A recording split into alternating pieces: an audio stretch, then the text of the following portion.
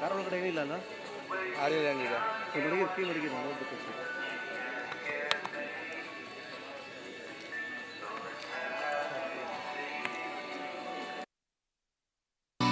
Cause you are my medicine when you're close to me. When you're close to me.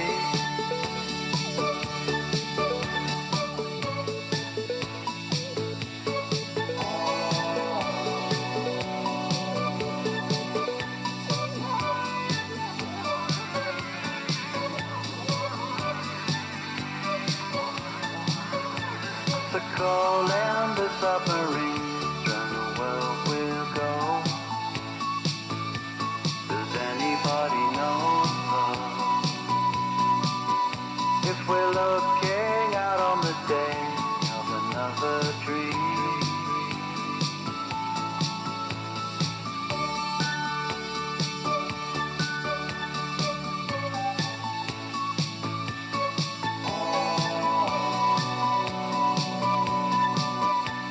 If you can't get what you want, then come with me.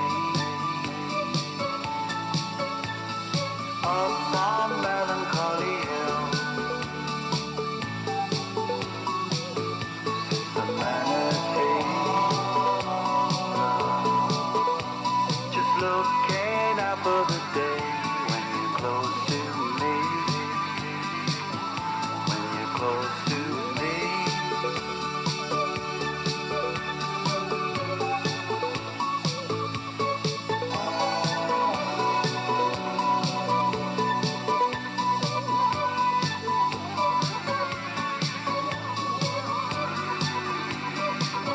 When you're close to me.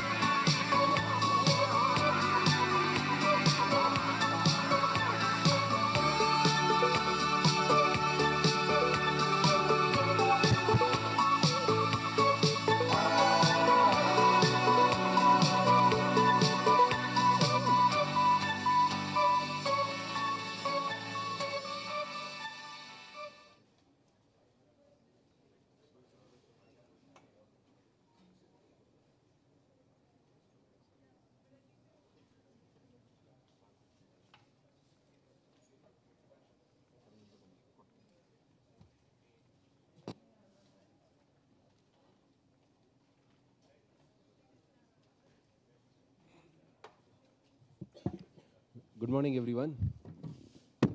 Good morning. Okay, I hope you have seen the schedule. You know the schedule today? This is a very important schedule that we have given.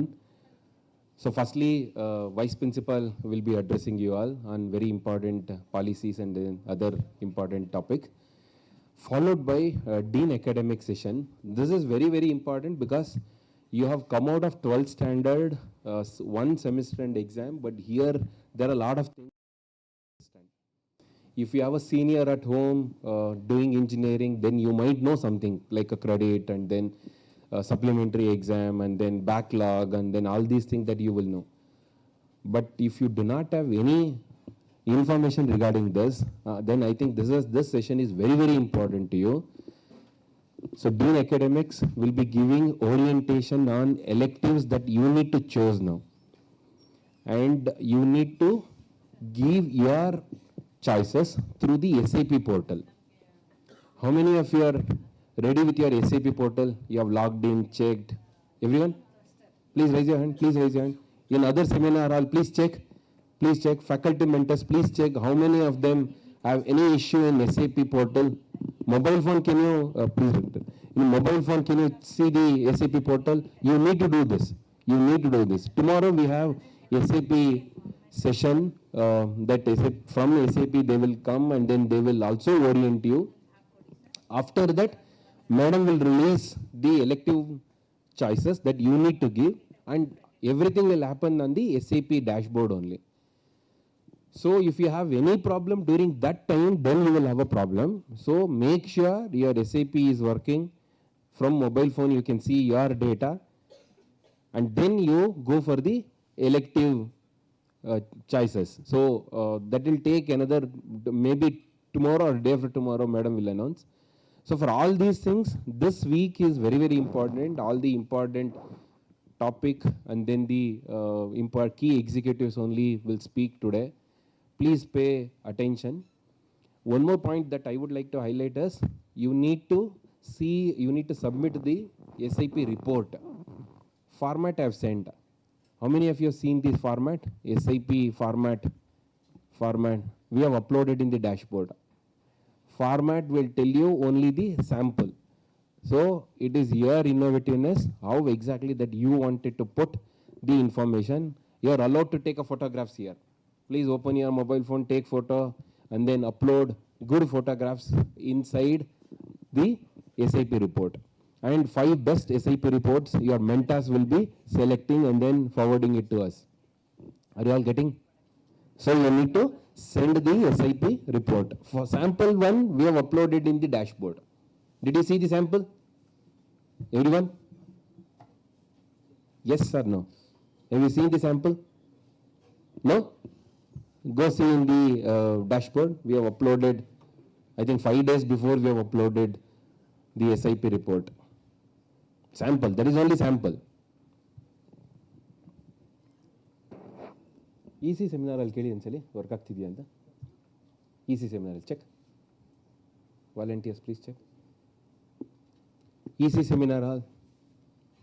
MCA. EC and MCA please check.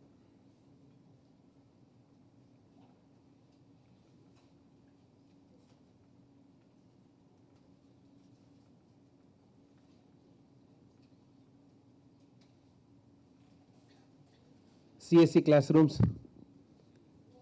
CSC classrooms. So please check CSC classrooms as well.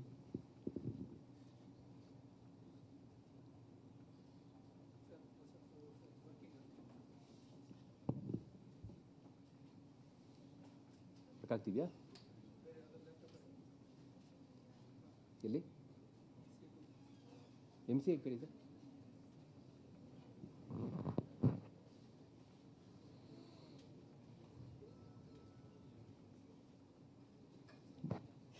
You got the report, SIP report? Everyone, please see the SIP report. We have written from the day 1. We will also give one Google form on the feedback so that you will be submitting at the end. So on Friday, we will release the Google form.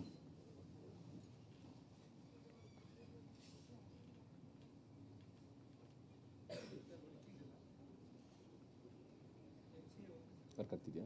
EC ನೋಡಿ. ಆಯ್ತು. Tomorrow, the schedule is like this. The entire crowd is divided into exactly 2 halves. One half is working on the team building and then the other activity. Another half is going through the general, that is cyber awareness and then other talk, art of smart working. These are the topic that you will be going through. And then on Wednesday, exactly it will be reversed. You got it? So don't worry, you need not have to worry about anything. We will put all the venues and we will preload everything in your SIN. The moment when you type SIN, that will show you which venue that you need to go and what activity that you will be doing. So please follow the dashboard and then you need to go to the exact that venue. And if you are doing the team building activity, so it means that Wednesday you are attending the general talk. If you are attending the general talk tomorrow, it means Wednesday you are doing the team building activity. Team building activities are real fun. You will enjoy like anything. Last time we did this. Last time was the first time that we did. And this time students have added lot of innovativeness in the team building activity. So please attend and please come in your comfortable dress. We will also put what in instructions for the team building activity, everything that we will put in the SIP. Maybe we will try to load little early so that you will be ready for everything on Tuesday and then Wednesday. Okay? Should I then? No nimsha.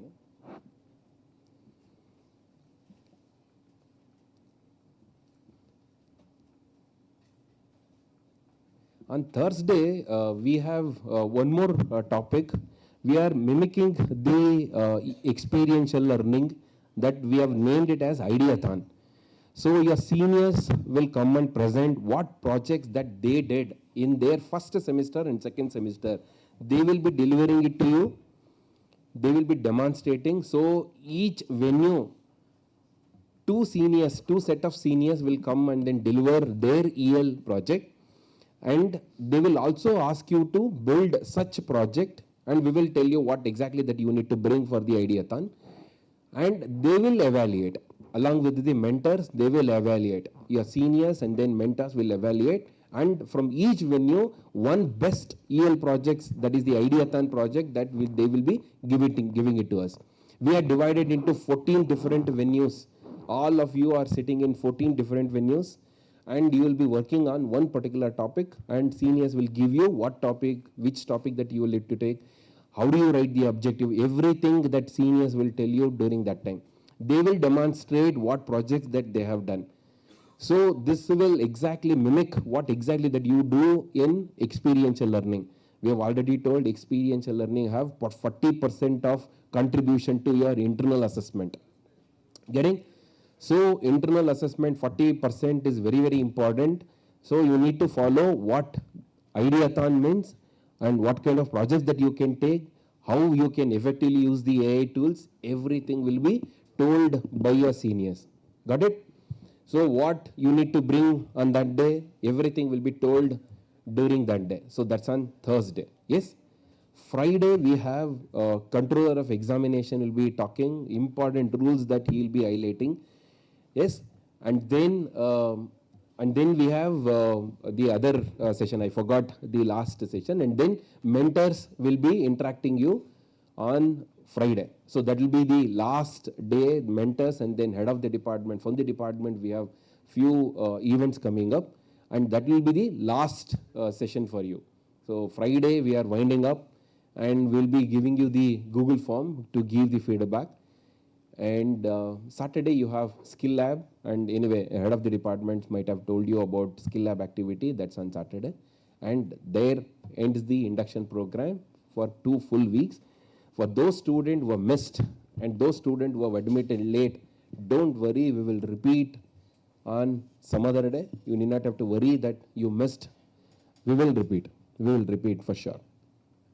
And from 7th of September, you'll be starting your academic sessions. Dean Academics Madam will release the today. So Dean Academics will release the timetable on for the 7th. We will release little early. I think it is ready. Madam will tell you the timetable. So 7th of September, you will be starting your academic sessions. And please do not miss out any academic session from 7th of September. Everything will be offline, and you need to go to the sections. Sections will be divided. Everything that we will be doing on 4th, 5th. So we will release all the circulars. By 7th, hopefully we will give you the RVC email ID as well. So you will be connected. You will be connected to the network. So everything will start from 7th of September. Okay?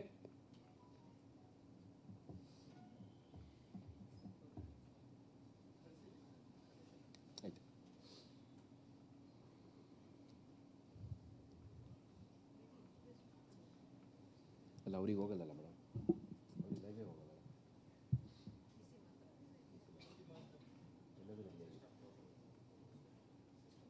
ಅಲ್ಲ ನಾವು ಅವರಿಗೆ laptop ಇಟ್ಕೊಳಕ್ಕೆ ಹೇಳಿದ್ದೀವಿ. ಏನು I don't know, ನಾವು ಲ್ಯಾಪ್ಟಾಪೇ ಇಟ್ಕೊಳಕ್ಕೆ ಹೇಳಿದ್ದೀವಿ. ನೀವು ಅಲ್ಲಿರೋ ಸಿಸ್ಟಮ್ನೇ ಜೋಡಿಸ್ತಾ ಇದ್ದರೆ ಇವೇ problem.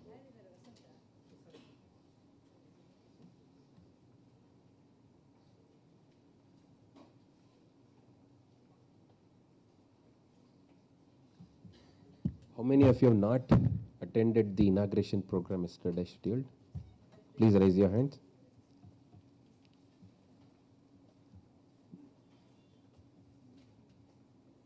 Done.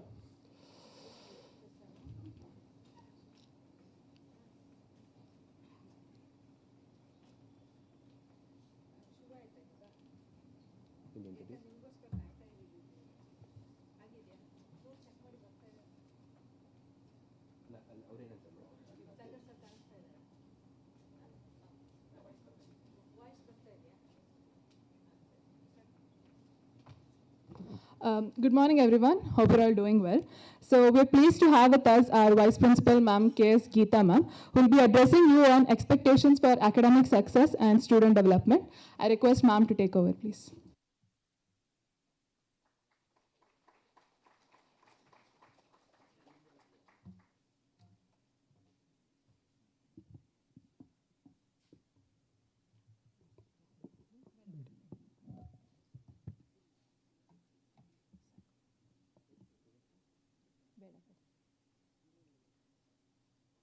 A very good morning to all of you. Little bit energy. Yeah, little bit more. No, this is not coming from the heart. Little bit more. Once again. Yeah, it is not the wish, but it is the energy, what I want from you. Okay? Today is a fresh day. On a Monday morning, at your age, you should be smiling, right? You will not lose out anything if you just have a smile on your face. Correct? Right. Now once again. Yeah, this energy is much better. Okay? So, as he took a poll that how many of you have attended the inauguration function yesterday? Again, once again, I'll ask you, how many of you did not attend the session yesterday? Please raise your hand. 1, 2, 3, 4, 5. Ignore it. Just raise it completely. It is nothing wrong that you did not attend. Just I wanted to check how many of you have not attended. Okay. Okay, any valid reason for that? You did not think that it was essential for you, right? Yes? See, this is a small thing what we want to tell you. When we say something, okay, it will be of importance. Otherwise, we will not ask you to come on a Sunday morning, leaving out all your other schedules to attend a function. Don't think that just you are coming for the function. The entire college was there. If you had come, you would have seen in what grandeur that function was actually arranged.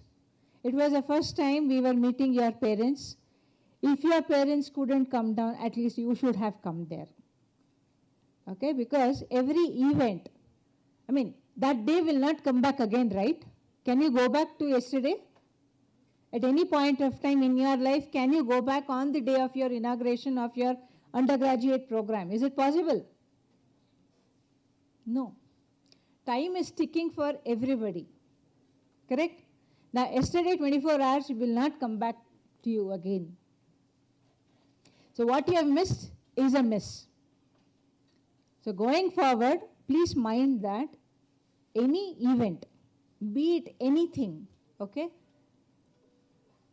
it should be experienced. Only then you will understand the importance of that particular event. This is a part of the topic what is given to me. I know that, I think I did not get your name.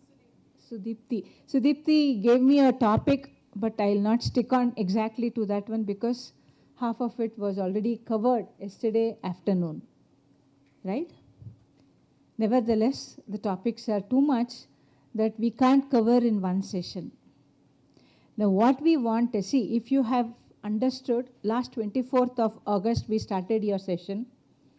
Till today, you haven't been gone to the class yet. You haven't been taught about any of your physics, chemistry, maths, everything. Why? There is a purpose.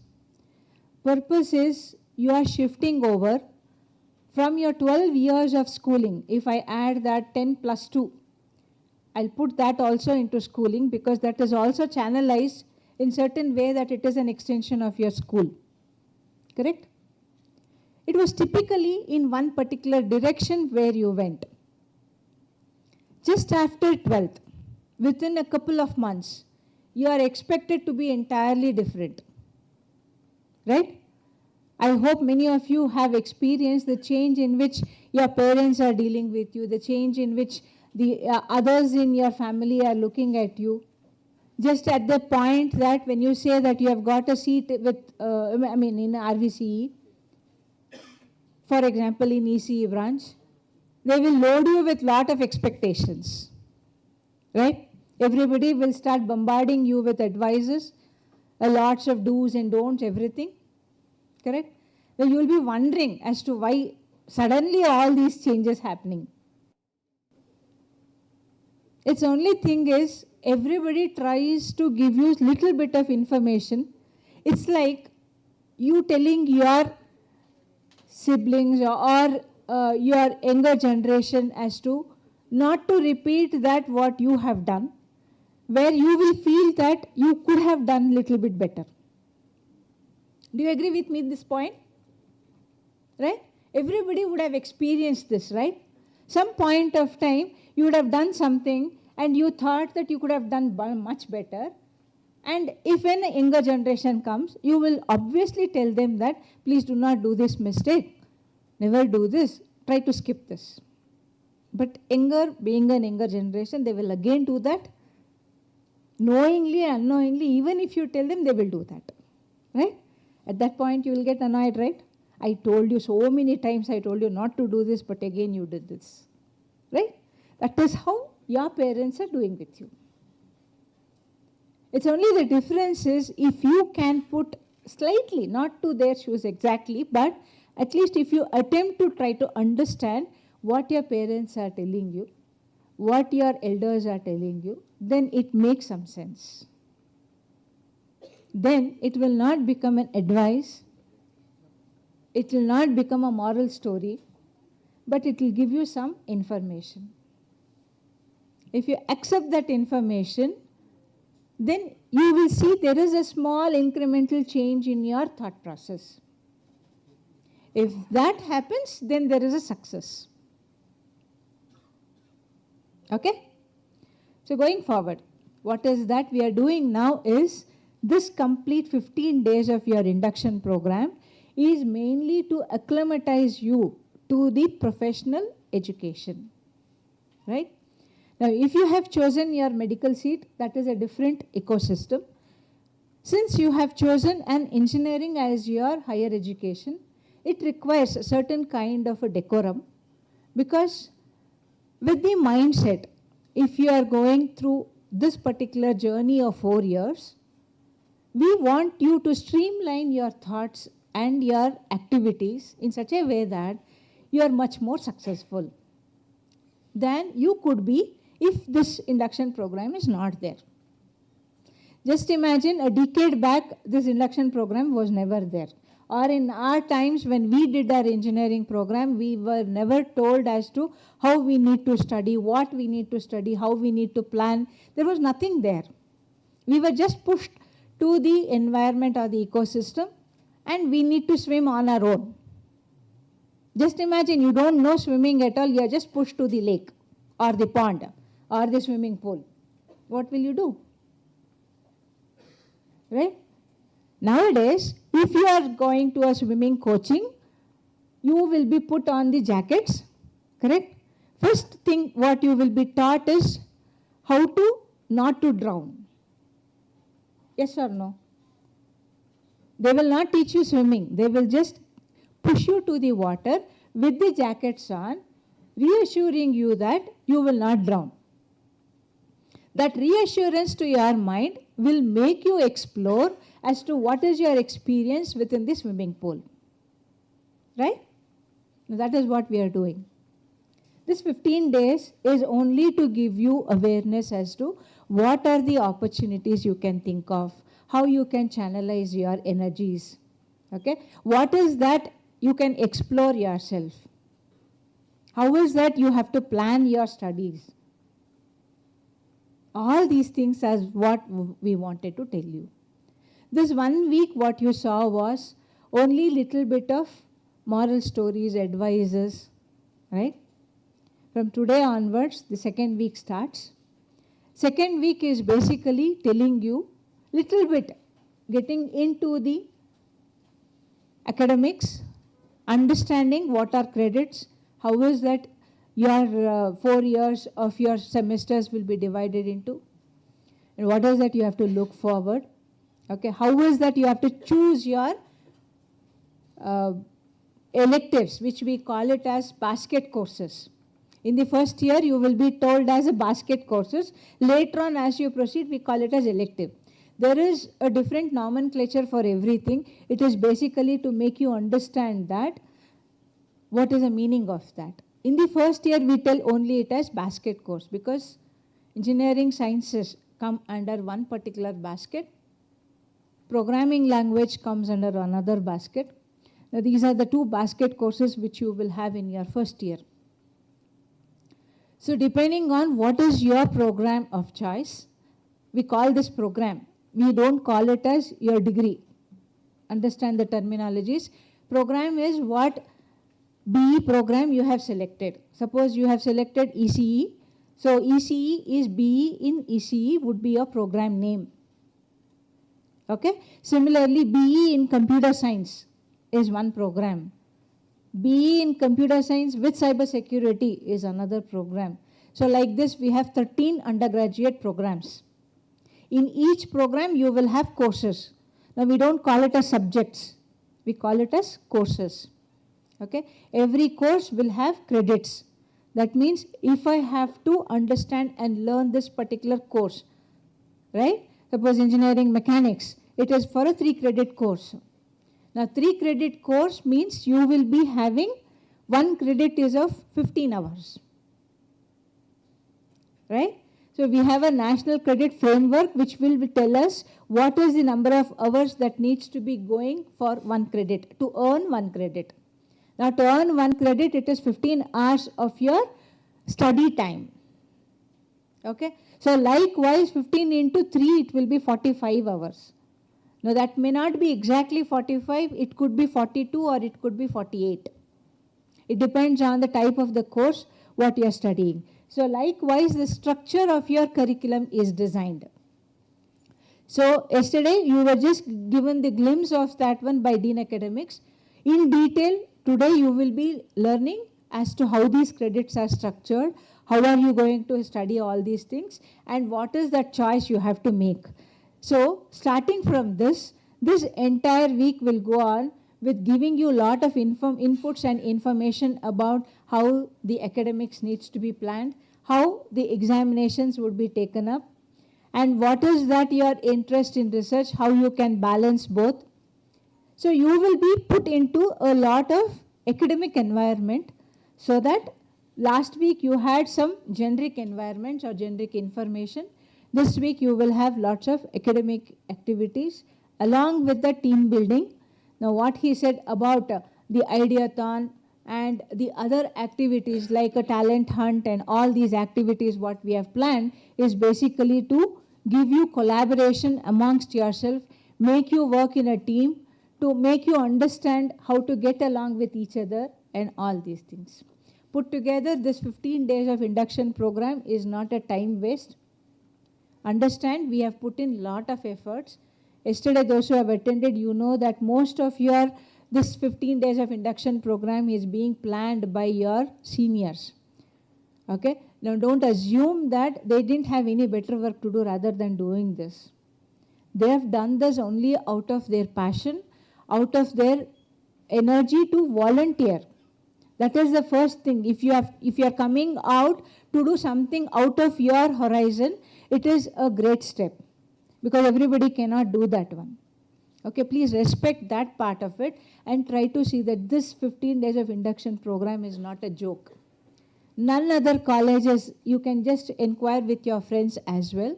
None other colleges within Karnataka or within the nation are doing such kind of induction program in the every sense of the word. AICTE has given us the regulation. How many of you know about AICTE?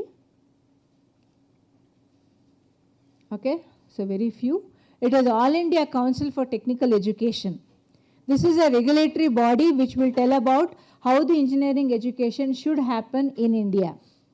Okay, although we belong to affiliated University of Vishweshwara Technological University, which is a state university, again that will be regulated by a central body or a national body which is AICTE. So AICTE has mandated that this 15 days of induction program has to be going. Okay. Now this is basically to make you acclimatize to all these things. Now with this, continuing with the topic what I was discussing yesterday about how you are transiting from the school life to your professional life, I had given you a few points over there to your parents as well. However, there were few points which I wanted only you to know that. That is why I deliberately did not elaborate on that yesterday, which is, till now, your parents were there, your the schooling was there, your teachers were there, everybody had, they were behind you, especially these 2 years, they were literally behind you, giving you a framework as to how you have to study, what you have to study, how much revision has to happen, how much writing has to happen, how you have to practice, everything was spoon-fed to you, right? Or rather, you yourself might have added to that one, but still there was a dedicated framework. Now going forward, immediately just after this week, nobody will tell you what you have to do, how you have to learn. You understand this very carefully, okay? Now what I am telling you is from next Monday, we will be just throwing you to the classes. Every 50 minutes or 60 minutes, the faculty will come, they will teach and go. And the teaching will not be spoon feeding, definitely not. Now how will you study? Because you don't know, because you are used to having a framework where you were studying. All of a sudden you are being asked to study on your own. Now how will you do it? Couple of you might do it good, couple of you might do it average, couple of you might little bit struggle. Correct? So there are different ways in which learning actually happens.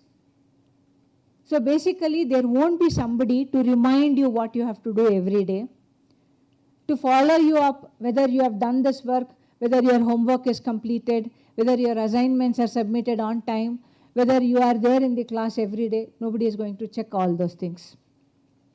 There is no fixed structure as to how this particular 50 minutes of my lecture should be understood by you or how you will revise that one.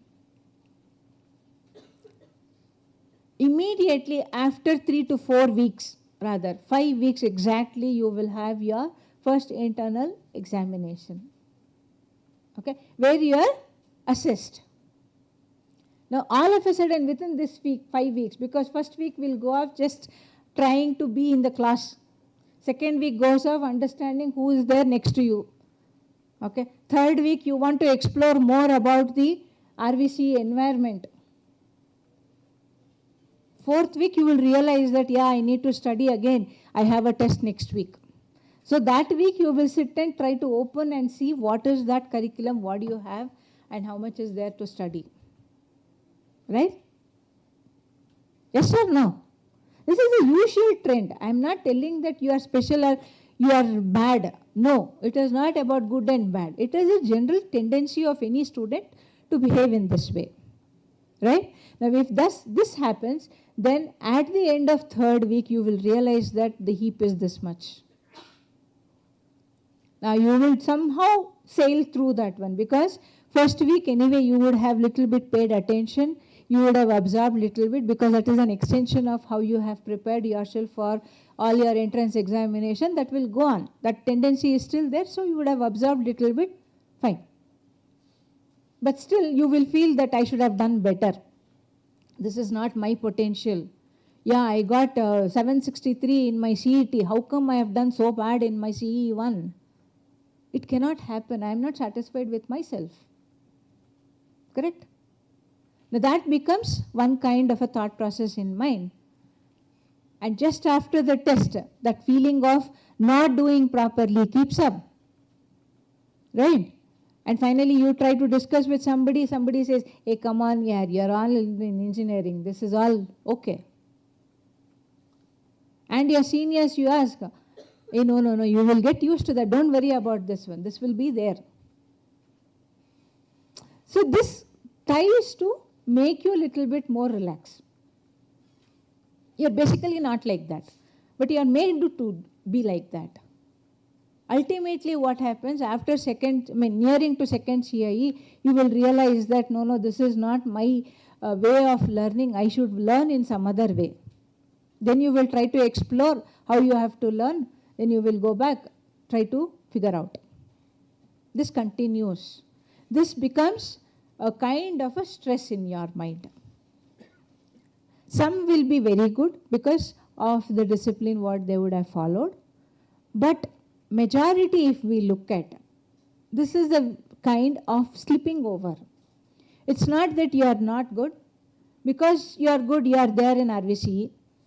Be it any program, being it in RVCE proves that you have good potential. But are you using your potential is the question.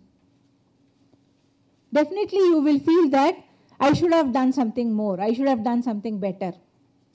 Now this stress is one thing which you will have to manage. So this is where some kind of discipline needs to be there. So what you have to do is you need to manage your energies much better. When I say energies, obviously self-care is the first thing what you have to do. Eat properly, have balanced food. Please avoid junk food and eat a proper balanced food. When you have balanced food, your energies are balanced. If your energies are balanced, throughout the day you will have same energy from morning till evening or till night. When you have that energy throughout the day, definitely you can break down your tasks. Correct? You can plan better. When you plan better, you will definitely give self-realistic goals for yourself. Am I making sense? If your goal is set in such a way that it is achievable, then you will have motivation to do that. If I set myself a very big goal, it could be a long-term goal, but for a short-term goal, it needs to be something which is in my reach. Correct? Initially, if you are good at jogging, you can think of going to a 5-kilometer marathon. Right? Now that is your target. So if you achieve your 5-kilometer marathon, then you can think of going to a 10-kilometer marathon. This is for amateurs. I am not talking about any sportsman which has very good fitness. No.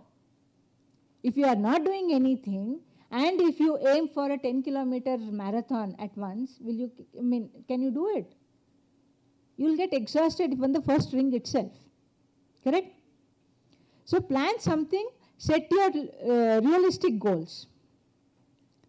Now if I do that, definitely I will have some support for myself. I will not have that academic pressure. Then your journey throughout the semester would be very easy. Then you will have your energy to explore more. What I am telling you is, if your academic pressure itself is so much, then you will not have any time and energy to think about any other activities. If that happens in the first semester itself, then first year becomes a very big burden. Okay, some people will sail through first year very easily. Please do not sleep in the first hour. Please wake up. It is all very important things what I am trying to tell you.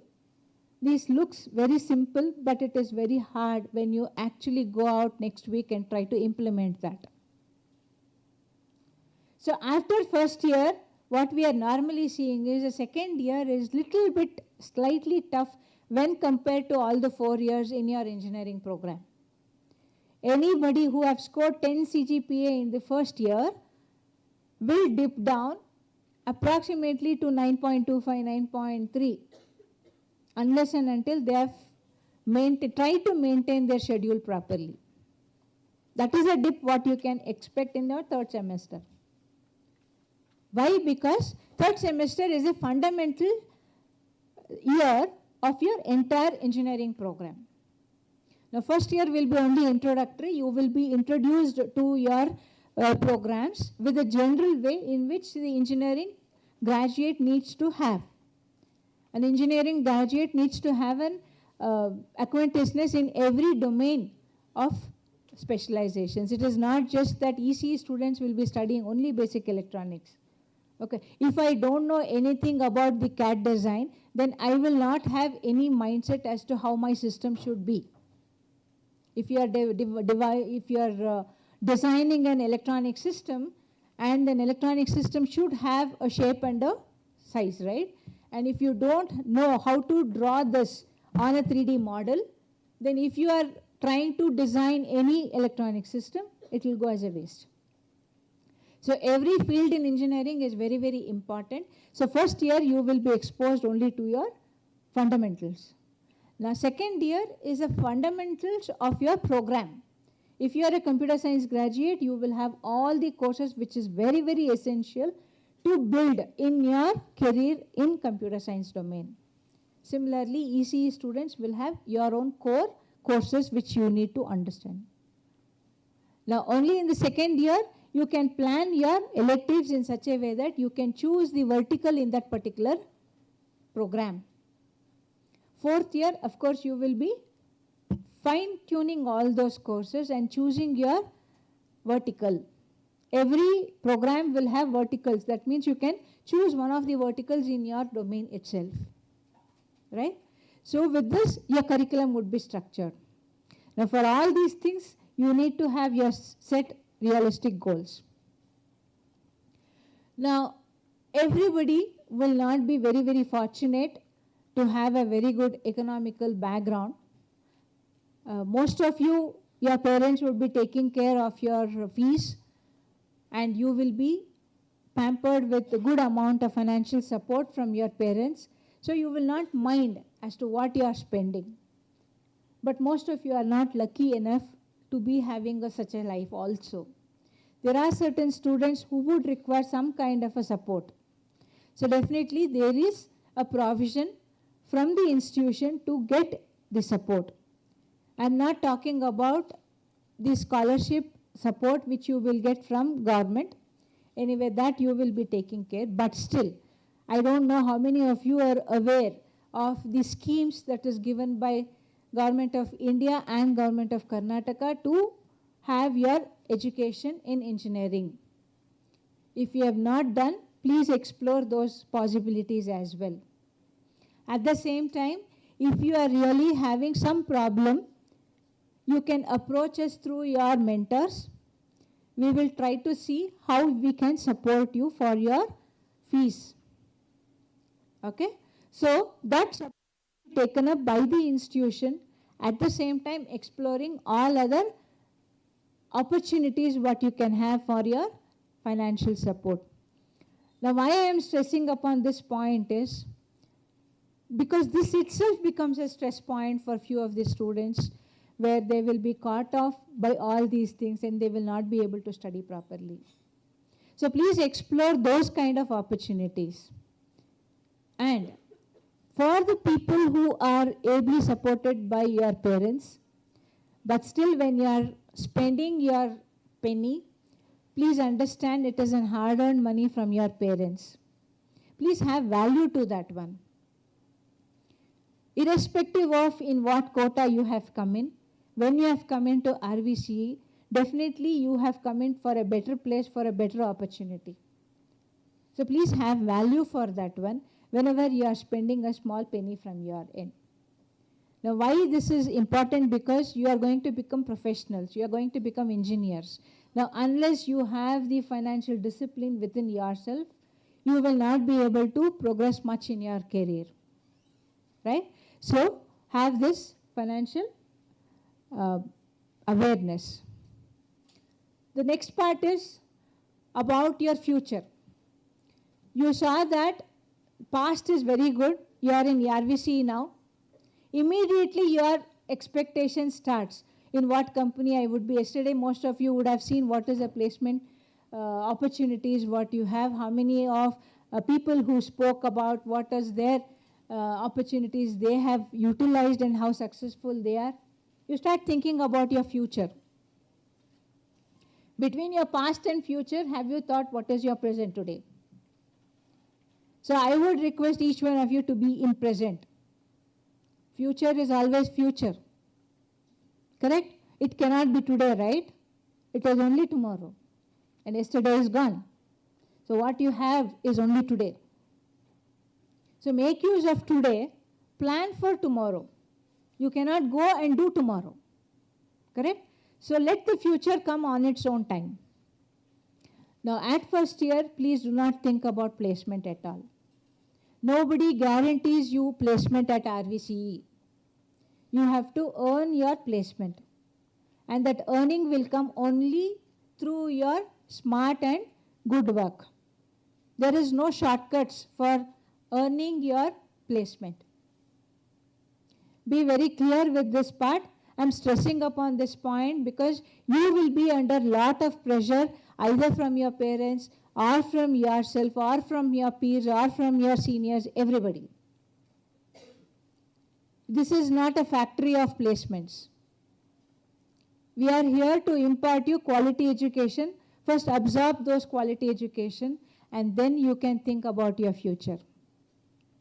So first year, second year, please concentrate on what you do, how much you absorb your fundamentals, how strong you become in your fundamentals.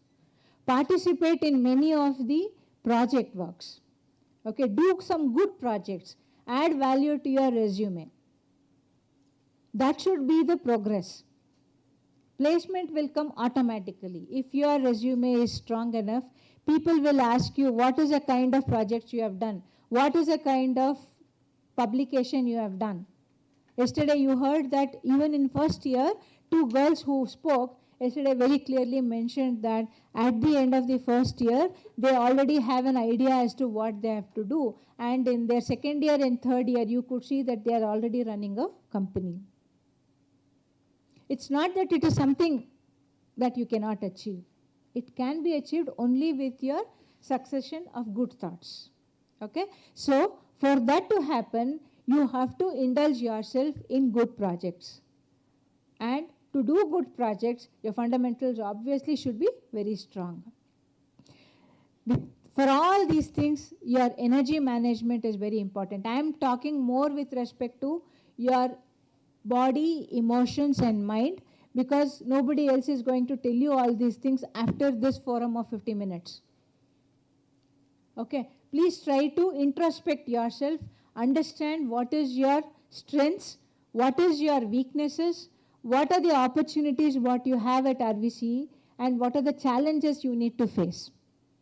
If you are clear in these 4 quadrants, then definitely you know where you have to improve. Do you understand?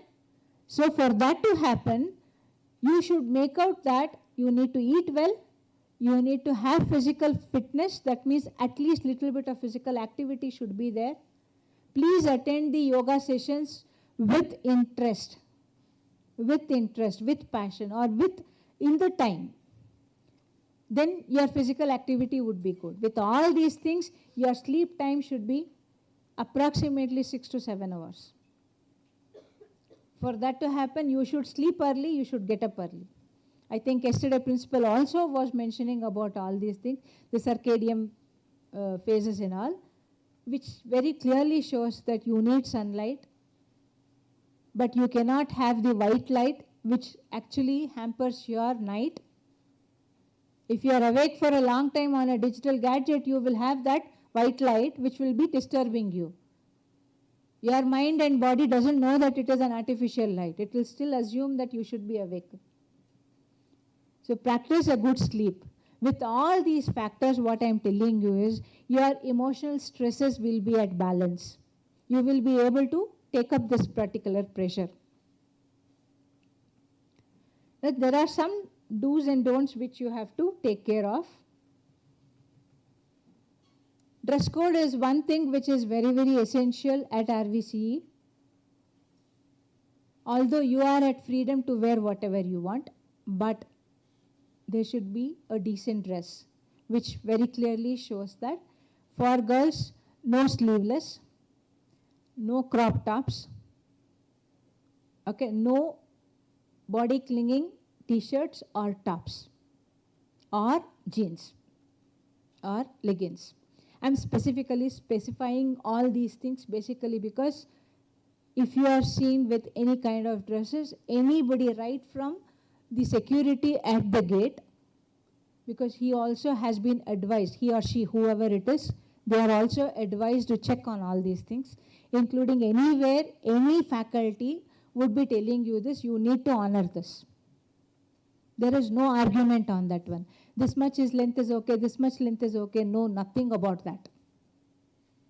Similarly for boys, no shorts, no torn jeans. You should wear a collared t-shirts preferably. Even if you are wearing a round collared t-shirts, there should not be any sayings on that t-shirt. So this is a dress code to be followed at RVCE. Mind you, there is a joint campus being shared with RVU also. However, these rules are strictly enforced at RVCE. I am not going to compare with RVU, no comparison. Always wear your ID card from the gate till you leave the gate. Any point of time, we will be distinguishing you because there are two campuses being shared and the students needs to be identified. You have a blue tag and they have a gray tag. The tag just doesn't mean that you need to wear only the tag. Even your name and the SIN number or the USN number should be same. No impersonation. It is not allowed. You cannot wear anybody else's ID card. Don't try to fool us. If you are caught, you will be severely punished. Never argue with anybody who is asking for your ID. Please reveal your ID because there are a lot of constructions happening within the campus. There are a lot of movement of people. Different kind of people are coming and going outside. We need to maintain the security inside. So for all the security issues, anybody asks you about your identity, be it a security guard and be it a faculty member, be it a technical faculty or staff or anybody, please pay respect. Do not argue with them. We understand your freedom. At the same time, you also should know that administration in such a situation is also a tough job. Okay? Please respect and maintain this. I know you are all friends. You will make friends. Everything is acceptable. However, there should be a decorum when you are in the academic environment. Meaning, in the classroom, outside the classroom, in the corridors, okay, in the food court, or wherever you are going across in the campus, behave properly. When I'm telling you this one, make friends. I don't bother about that. Do good projects, do all your academic activities, but no indecent behavior. Hope you understand. I don't have to elaborate on this manner, but we will not sustain any such things. Use of vehicles within the campus. It is totally banned. I don't want any of you to use any of the vehicles inside while traversing from the main building to the university building or back vice versa, or to your campus, to your hostels and coming back to the admin block. No. You are going by walk and coming by walk. Once the entire infrastructure becomes very good and we do the landscaping, everything, all the construction will go out in couple of months. It is not very long. In a couple of months, maybe in your second year, you will get to know that the campus becomes very beautiful. At that point of time, we will allow you to use bicycles. But right now, we will not do that one also. You need to walk. Okay? So that will be a physical activity as well, but we don't want any use of vehicles. And as yesterday we were telling, since there are a lot of infrastructure developments happening, we don't want any girl students to be staying on campus after 6:30. If it is beyond 6:30, if you are staying back for any of the activities, okay, definitely you will have your seniors along with you, or some of the faculty members would be there along with you. Okay, they will have to take permission from me by writing a letter. Okay, only if I permit, then you will, the security guards also will allow you inside. So the same thing applies even for non-working Saturdays and Sundays. If you want to enter the campus, you need to have some permission. Is that clear? So you will not have that part. This is mainly because of the safety purposes. It's not that we want to curb your way of learning, but this is all essential because right now there are a lot of things which is happening on campus. Respect for staff.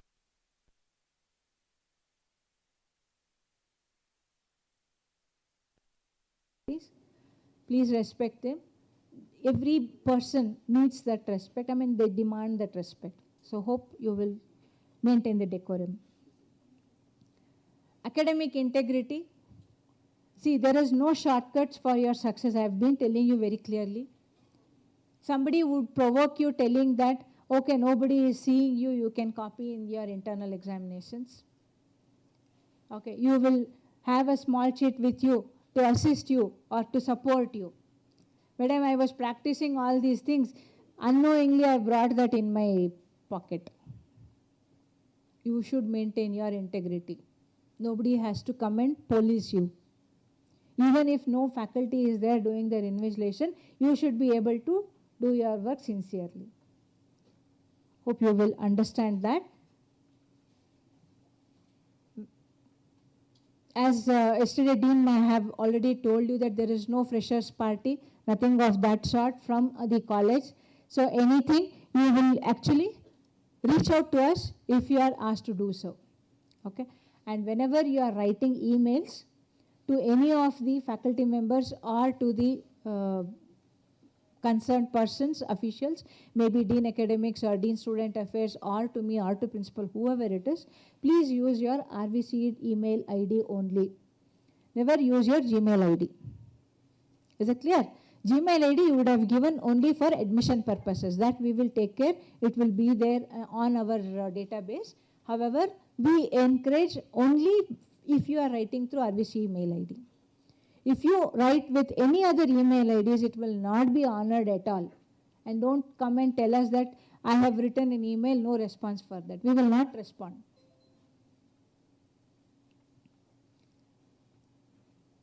And you will be given login credentials for SAP as well as for the LMS what you will be using. Don't forget those passwords. Okay? And don't tell that that is an excuse, saying that I forgot my password, that is why I could not log in. These are all minimum things which you need to take care of yourself. And definitely don't share your OTPs. I think everybody are well educated about the digital awareness. What is the crime which is happening in today's world? Okay? And don't indulge in any of these things. Yesterday also we have told you a couple of times, I know your excitement in coming to RVCE. We don't stop you from sharing your photographs or your experiences on the social media. However, when you are taking your photographs or your videos within the campus and sharing it on the social media, if it is slightly denigrating the institute, we will not tolerate such things. Because we have our official social media handlers. If you find something very useful to be shared to everybody, please ask permission from us, then you can share. So commenting something about what happens in the campus, commenting something about this is how it is in RV College of Engineering, nobody will tolerate such things. I know you're all fond of doing reels and doing things, but this is an ecosystem where we have built this with a strong legacy. Don't spoil that one. Because I am seeing some of the reels from yesterday. There are a lot of reels coming out that with the excitement of joining RVC College of Engineering, you would have put so or hosted that one. Please delete if you have done so. And definitely any kind of privacy breachment of anybody is highly prohibited. You might be thinking that you are trolling somebody. Okay, if that somebody happens to be an RVCE student and you are also an RVCE student, then both of you will be restricted. I'm telling you very frankly, nobody has a right to troll anybody as long as you are a student of RVCE. Please mind this very carefully. If you don't like a person, just get away from them. There should not be any such cases which we have to sort it out. Even if you have differences, please maintain the dignity and try to be away from that.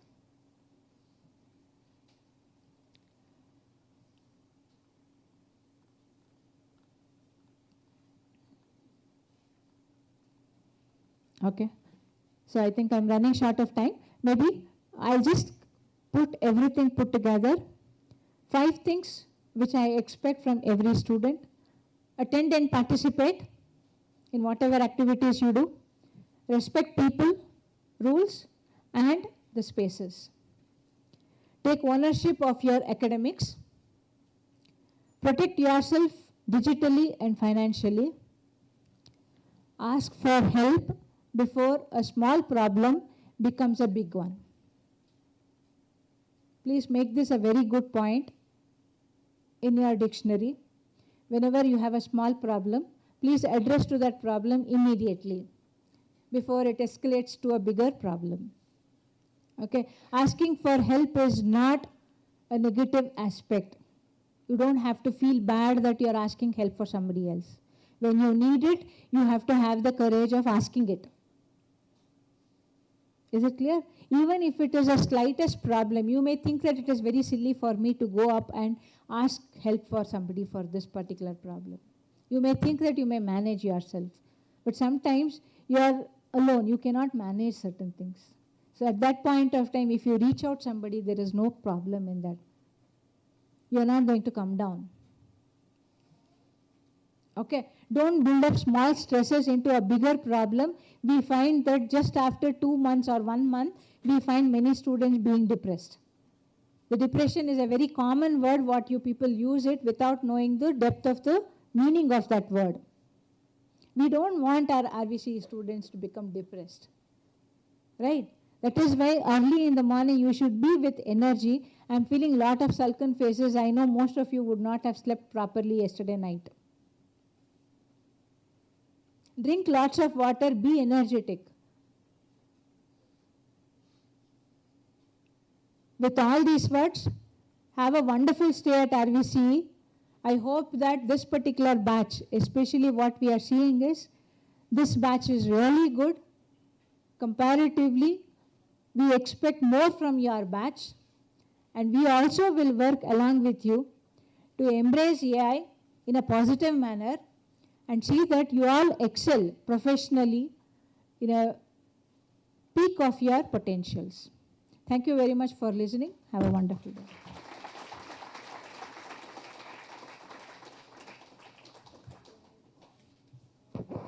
Thank you, madam, for highlighting very important points here. So now moving on to the next session, we want you to note down these points. Open your books now. Open your books. Student front row, can you make it free? Can you shift to the second row? It's just free here. Teachers will come now. Shift. Front row.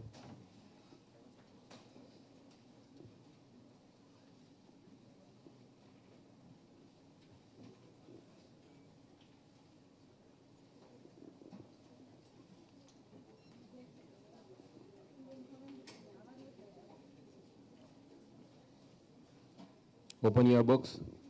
Open your books. We want you to write, not on the mobile phone, but on the pen paper. So open your books.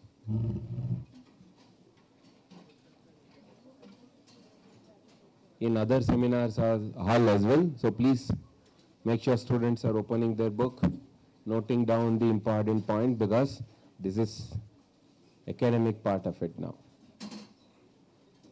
Everyone, open your books. Okay, so we are moving on to the next session now. The next session is Dean Academics, Professor M.V. Renuka Devi, madam. So she is talking about the academic part of it, and she is professor from Civil Engineering Department, and she is Dean Academics from past 2 years. She has extensive academic track record. She has done her PhD from IASC, Indian Institute of Science. How many of you have heard about Indian Institute of Science? Very good, very good. Madam is from Indian Institute of Science. So welcome with your a big round of applause to madam now. So and give a big round of applause to madam, Geeta madam as well. Give one more applause for Geeta madam now. Okay, now let us welcome Renuka Devi madam. So please pay attention. It is very, very important. Many people are telling this is important, so this is actually important. So please note down.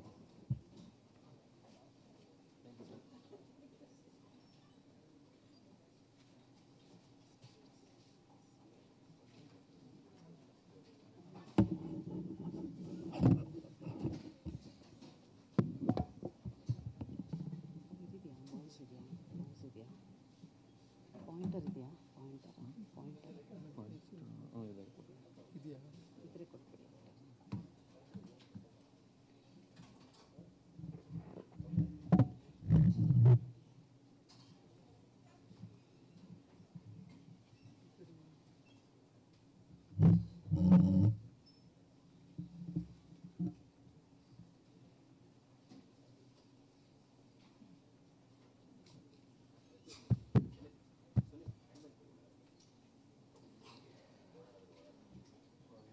Good morning, everyone. Welcome to this academic orientation session. Myself, I'm Dr. Renuka Devi, MB, serving as Dean Academics here, and also Professor from Civil Engineering Department. Welcome you all to this session. Just now, Madam was giving you instructions, and you have to seriously follow that, because then only it becomes a smooth transition for all of you to move from first semester to 8th semester, okay? And we are the ones who will be available for you round the clock, maybe at least from 9 to 5 to 6 o'clock. We'll all be there in the central office, myself, VP Madam, and Dean Student Affairs and Principal. Please make yourself free and feel free to contact us. See, it's always better that you solve a simple problems early rather than getting it accumulated and come back at the end of the semester with a bigger problem. So none of us will be able to help you, because we have to follow certain rules and regulations. Then you shouldn't be feeling bad about this. So it is your responsibility to follow the academic guidelines. Thank you all. Let me start the orientation.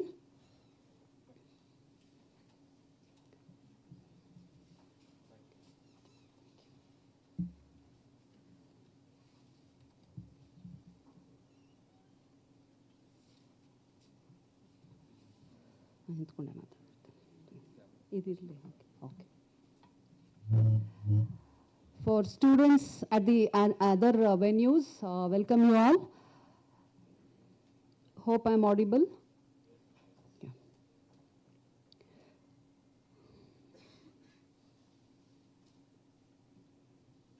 Yeah. So why this orientation? Why do we require this orientation? First of all, the first place, now that you know that the next 4 years of your journey is at RVCE, we want you to transit very smoothly from first year to second year, third year, and fourth year. So how does it happen? Early awareness matters here. So it could be regarding curriculum and the credit system. It could be related to assessments, whether it is continuous internal evaluation or semester end exams. And you also have to know what are your responsibilities. Of course, we have been telling you from quite some time. And also the support that is available. Very important is you have to know what is the support system that is available at RVCE, whether it could be academic activities or any other related activities in this next 4 years journey of yours. So smart planning always helps. So there is a simple saying that if you fail to plan, that means you're planning to fail. I'll repeat. If you fail to plan, that means you're planning to fail. This academic system is very rigid, very tight. I'm not scaring you. I'm just sharing with you that you have to take it seriously. Because even before you realize, your first test would be there. So you can't afford to waste. We are what we choose to be. You wanted to be a professional engineer, a competent engineer, that's why you are here at RVCE. So it is demanding and you have to give your best, isn't it? And this is one opportunity. You'll not get again and again. There's one opportunity that you have to hit it right, okay? And also this smart planning also helps in smooth transition. You'll not be stuck anywhere. So at academic office, just now I told you we're all available there in the central office. You have seen the admin block. I hope all of you have visited. Please come down to our offices, talk to us, and please know if there are any problems, we are all happy to help you out. You don't have to be afraid of anybody here, okay? Next, 3 things that you have to know. The first thing is, I told you about planning, isn't it? First thing is academic calendar. All of you are aware that it is available in our website. Where is it available? I've shown you here. This is, you can just open your Go to our website. I think I'll not be audible. You have to go to the website and go to this academic calendar. Maybe I can show it on the mouse here, using the mouse. Yeah, this is academics and examinations. Go to this, and then you have to go to academic calendar, and from there move to here B Engineering 2026-27. You have the calendar put up for first semester. This is how it looks. This is the calendar for first semester. So if you go through this, the commencement of first semester BE programs is on 24th August. We have started it off already. And induction program is from 24th to 4th. That is happening. This is the second week of the induction program. Labs, isn't it? Then next week onwards, the classes will resume for you, the full-fledged classes, along with your other activities, which I'll be briefing you, right? Then your quiz and test one starts from 9th October to 13th October. Everything happens as per the schedule only. There will be no change in the schedule. Please note, right? Then you'll have evaluation of EL activities phase 1, that is from 19th October to 24th October. Then you'll have review of student performance and dispatch of progress reports.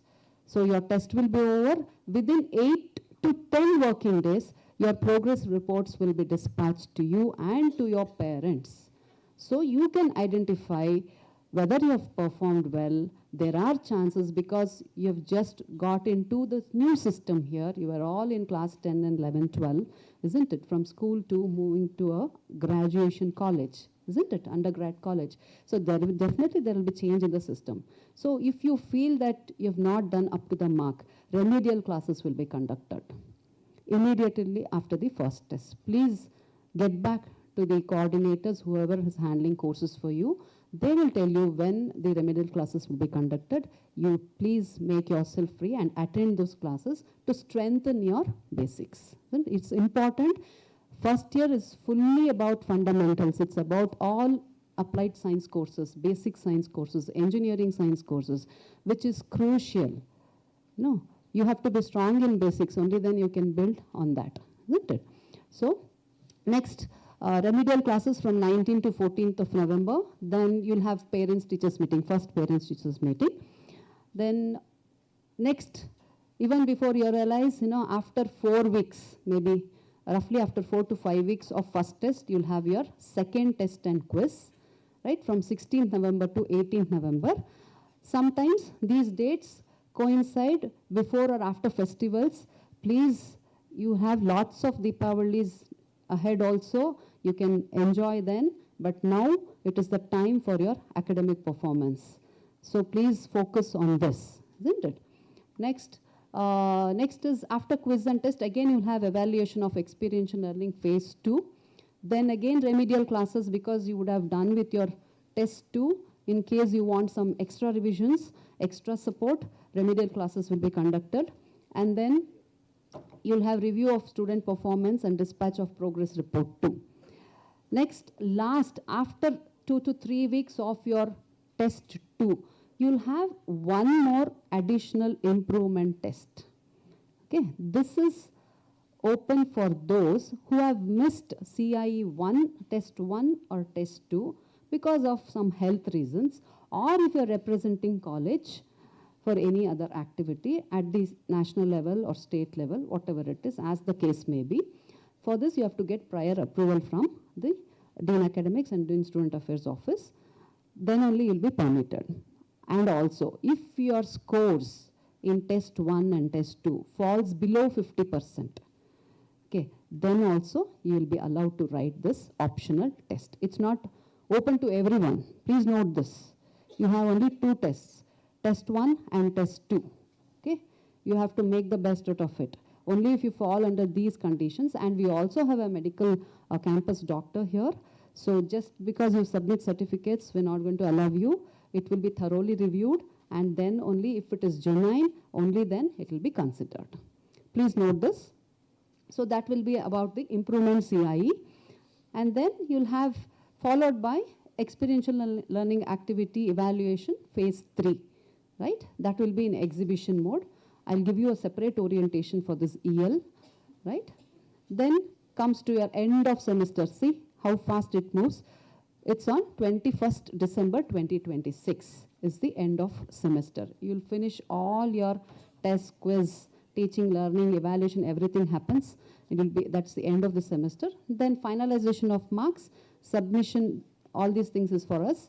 And then issue of hall tickets will be on 26th December 2026. Okay. Once you get your hall tickets, there is no much gap. You know, you can just move on. If you're watching the, if you're just seeing the academic calendar, this will be followed by semester end examination, practicals, and then theory. So your semester 1 will close, right? Then immediately semester 2 will start with a break of maybe maximum of 4 working days. That's all. Because we don't have vacation when you're transiting from odd to even. Please note this. Please don't plan for bigger vacations, right? It can be a very short vacation, maximum up to 3 to 4 days, that's all. Please inform your parents as well. And that too, if everything happens as per the schedule. Because the last day of the semester and examination, we don't know when the examination is happening. Sometimes in between, if we are not able to conduct any one of the exams, that will be postponed at the end, right? So you have to have that buffer. So don't plan for anything big, right? So that's about your then commencement of even semester, and it starts.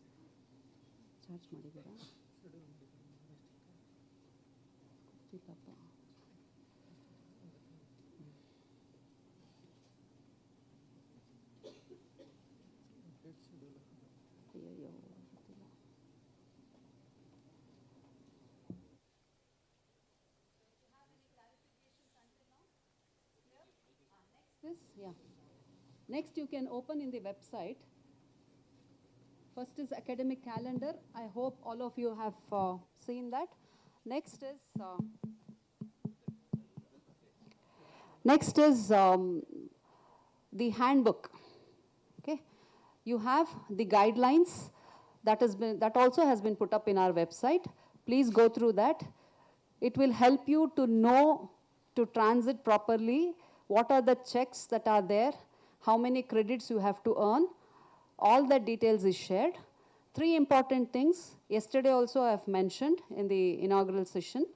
The first check is, if you have to transit from first to second year, you cannot carry more than 16 credits. 16 credits, correct. You cannot carry more than 16 credits. Okay, totally you have to earn 40 credits. So 24 if you earn also, you can move to second year, right? And the second gate is when you move from 3rd to 4th year, okay? When you move from 3rd to 4th year, you cannot have backlogs in 1st year. If you have, you can't move, you will have to wait for another year. So these are 2 gates, and the third one is skill lab, which currently is happening for you. Every semester until up to 5th semester, you will have skill labs. You have to take it seriously and attend this, because this 5 credits is over and above 160 credits of the academic requirement, and you will have to earn that 5 credits before completion of 6th semester. Please note, before completion of 6th semester, and there is no supplementary sessions for skill lab, right? You will lose there, I'm telling you. Though it is a partial requirement, but still it is mandatory for you. So these are the 3 things that you have to know and be careful for smooth transition.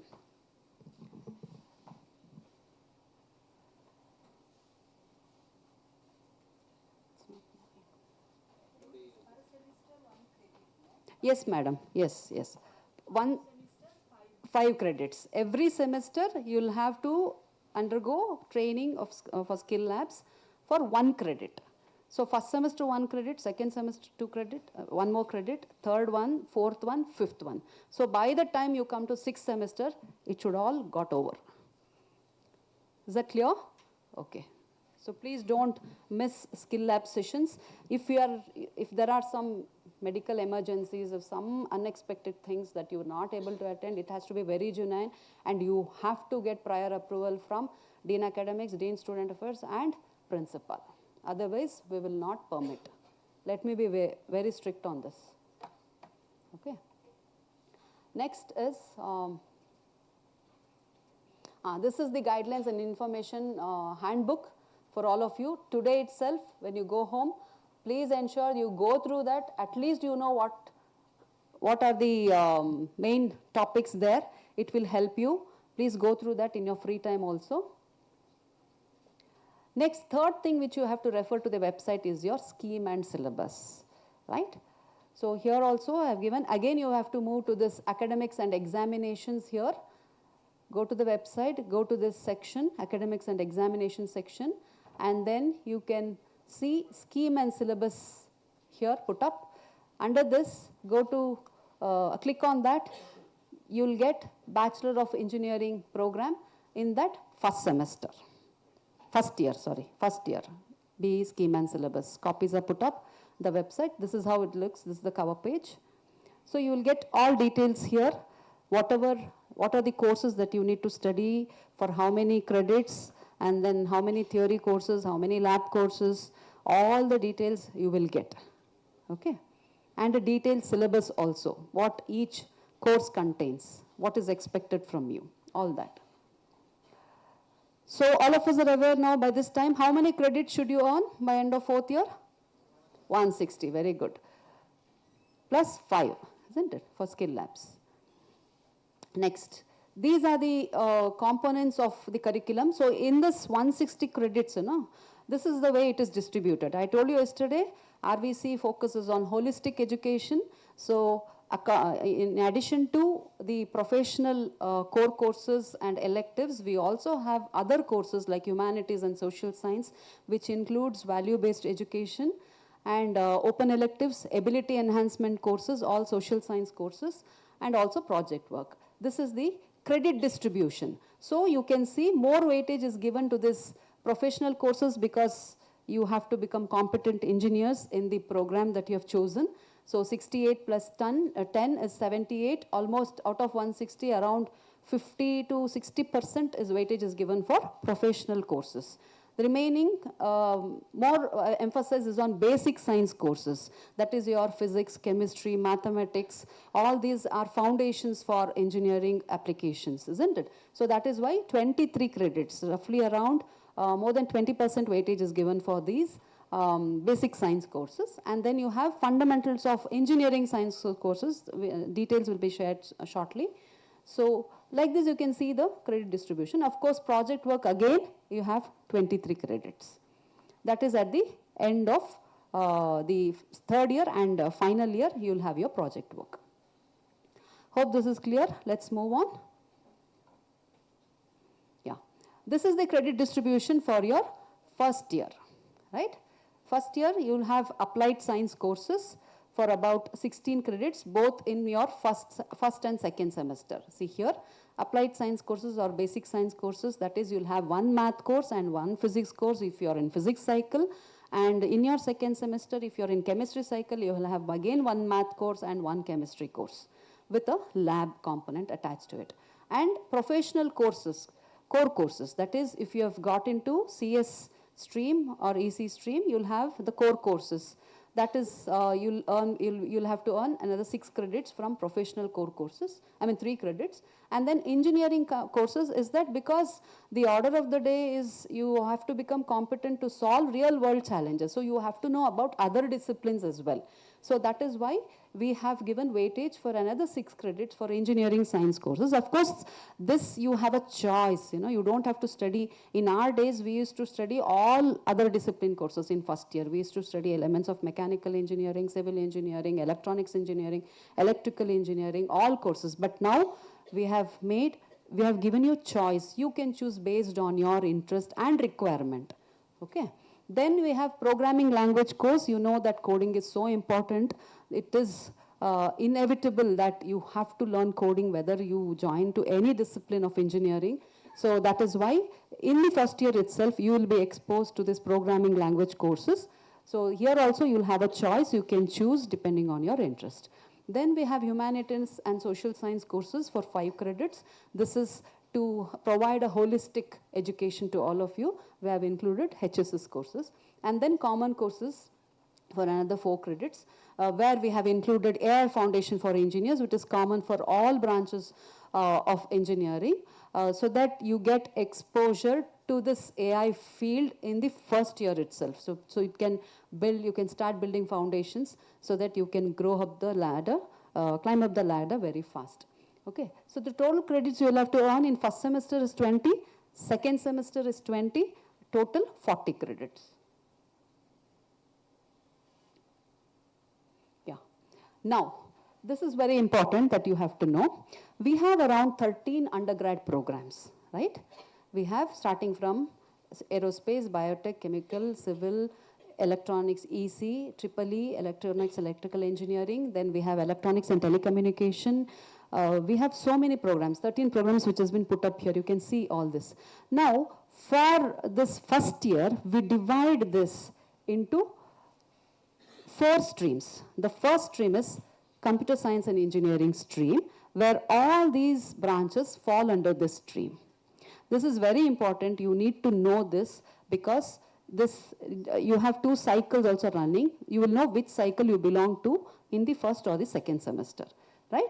So this is CS stream. Accordingly, we have the next stream is EC stream, where you have 3 departments, 3 programs coming together: electronics and communication engineering, electronics and telecommunication engineering, electrical and electronics engineering. So these are the 3 programs that fall under EC stream.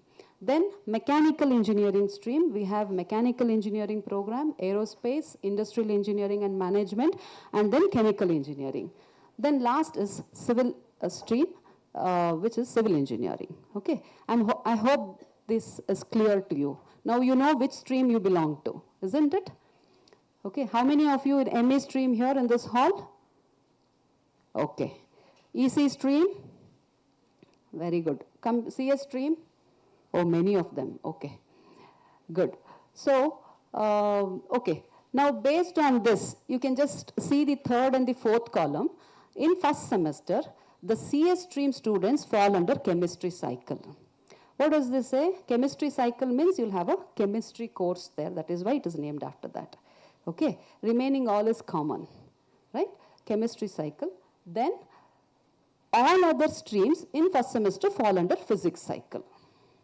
Is that clear? Right? So, in the second semester, those who were in chemistry cycle will come to physics cycle, and those who were in physics cycle will come under chemistry cycle. That's all. That's the difference. So, all CS streams, including biotechnology, now you'll have chemistry cycle. So, in the syllabus book, we have given separately chemistry cycle courses and details, and physics cycle courses and details. Stream wise only we have given. If you have gone through that already, anyway you will get a hard copy. At the day 1, Monday, next Monday, you will be given hard copies of both scheme and syllabus and handbooks, right? So you can go through that. And then this is about the cycles. Is this clear now? Can we move ahead? Any doubts here? Okay, good. Yeah. Now, let's dig deep into this. Next is for CS stream. These are the courses in chemistry cycle.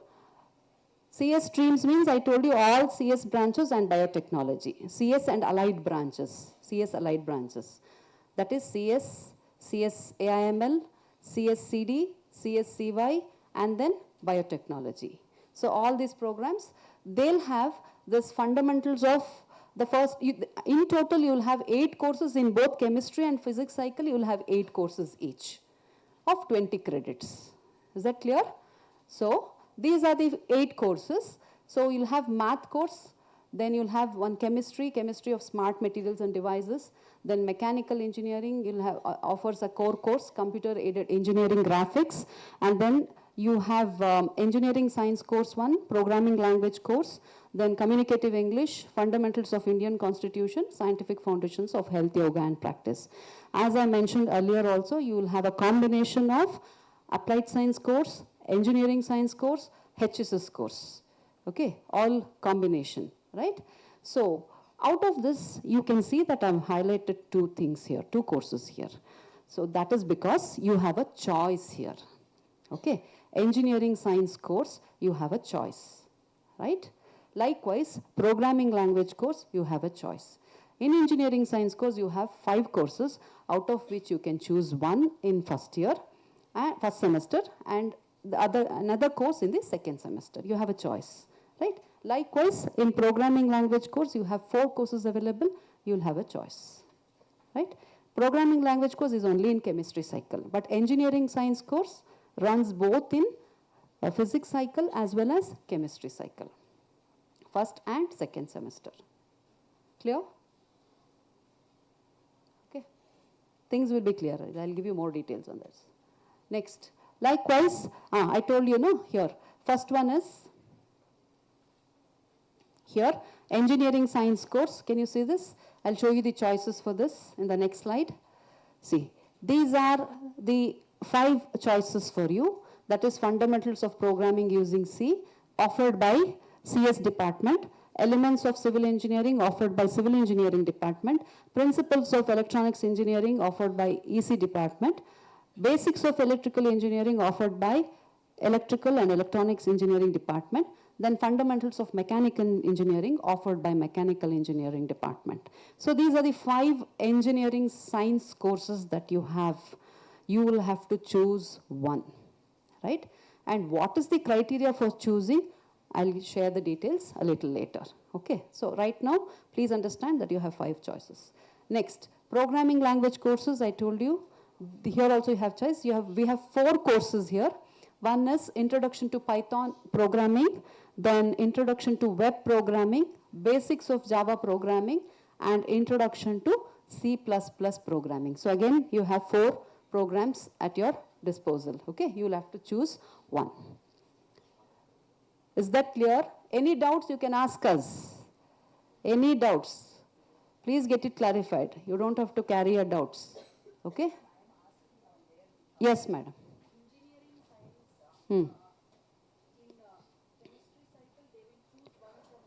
Correct. They'll choose one more, yes. Yes, yes, yes.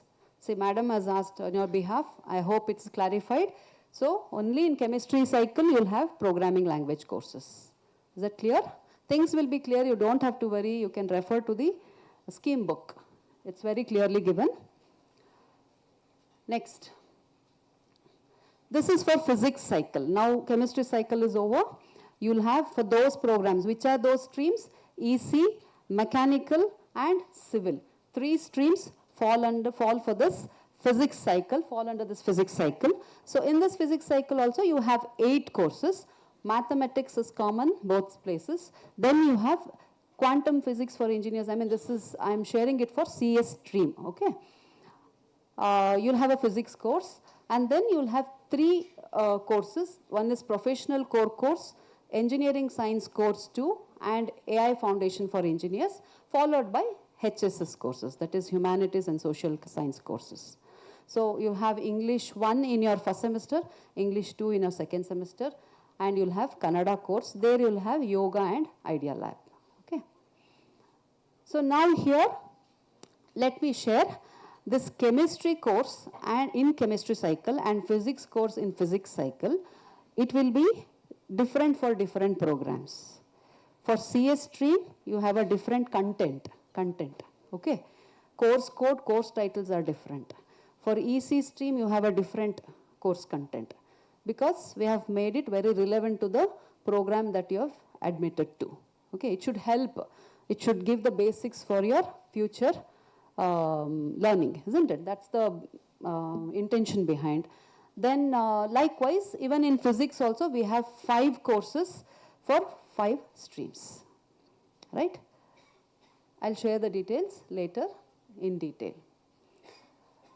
So this is for CS stream. So now moving on, you have this one. Yeah, correct. 1 second. Here I have shared professional core course and engineering science course. Engineering science course we have already, it's clear for us.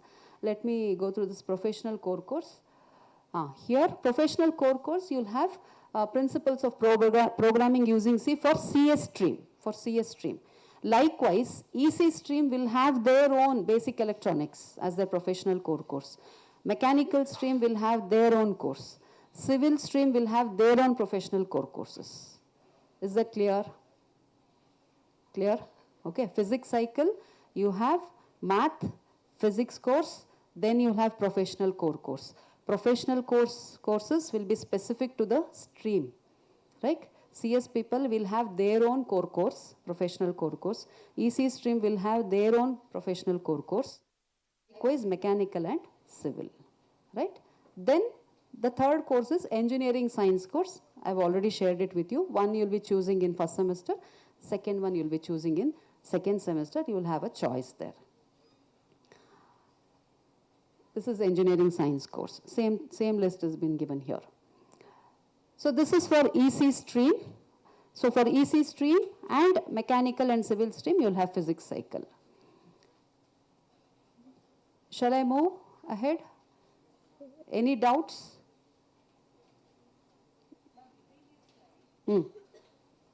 Yes, madam.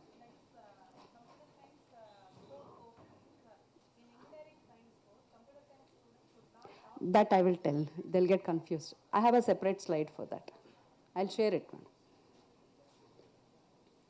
Is this clear now? Okay, shall we move ahead? Yes or no? Yes, okay. Thank you. So this is for EC stream. So EC stream will have physics cycle and the same courses that has been listed. These are the professional core courses that I was talking to you, For EC stream, you'll have, say, basic electronics. For electrical EEE department, you'll have elements of electrical engineering for electrical and electronics engineering programs. And then elements of mechanical engineering is the core course for ME stream people. ME stream, you have 4 programs. What are they? Aerospace, mechanical, IEM, and chemical. Last is engineering mechanics for civil stream students. These are the professional core courses that you will be studying. Then you'll have engineering science course too, which we have discussed already. So again for EC stream chemistry cycle, it is same as the one which you saw for CS stream. It's the same thing only. Okay. So in chemistry cycle, you'll have 2 ESC course and PLC course. We call it as professional language, programming language courses and engineering science courses. So we call it as basket courses, which is ESC and PLC courses. So again, I've shared the choices here, which you know already. So we'll move on to the, anyway, I'll not go through because it's the same thing only. Okay, next. Moving on here, attendance requirement, how much should you have attendance? 85%, very good. So, except for some serious medical condition which has to be vetted by our doctor, and if you represent the institution or university at the state or national level in sports, it could be cultural, it could be technical or any other academic activity with the permission of the principal. Prior permission should be taken, otherwise it will not be considered. It has to be duly endorsed by Dean Student Affairs and Dean Academics. Even in such cases, only 10% relaxation is given. They would have to have at least 75% attendance. Only 10% condonation is given. Okay, please note this. And it is absolutely mandatory. Otherwise, even if you have cleared your test, you have earned the required minimum passing standards in your internal evaluation, you will not be allowed to take the exam. Okay. If you're not permitted to take SC, if you fail, if you're not eligible, next time in fast track you will have to take. Whether you have scored CIE or not, you have to again attend the classes, again take sessional, meet the sessional requirements, and then attend the fast track examination. So please don't think of this option at all. Be careful with your attendance. Okay. So the students who do not satisfy this condition will be declared as not eligible to appear for semester end examinations. Okay. That's all about attendance requirement. I hope things are clear. Then the weightages for continuous internal evaluation and semester end exams is 50-50. So if you are writing CIEs for 100 marks, SCE also will be for 100 marks. If you're writing your CIs for 150 marks for a lab component course, integrated course, your SCE also will be for 150 marks. So equal weightage is given to both. So you have courses and the credits that you'll be earning in first semester, we have told first and second put together 20 plus 40. In higher semesters, it would vary somewhere between 16 to 28 credits. Okay, it would be around 22, 23 like that, so that at the end, it should sum up to 160 credits.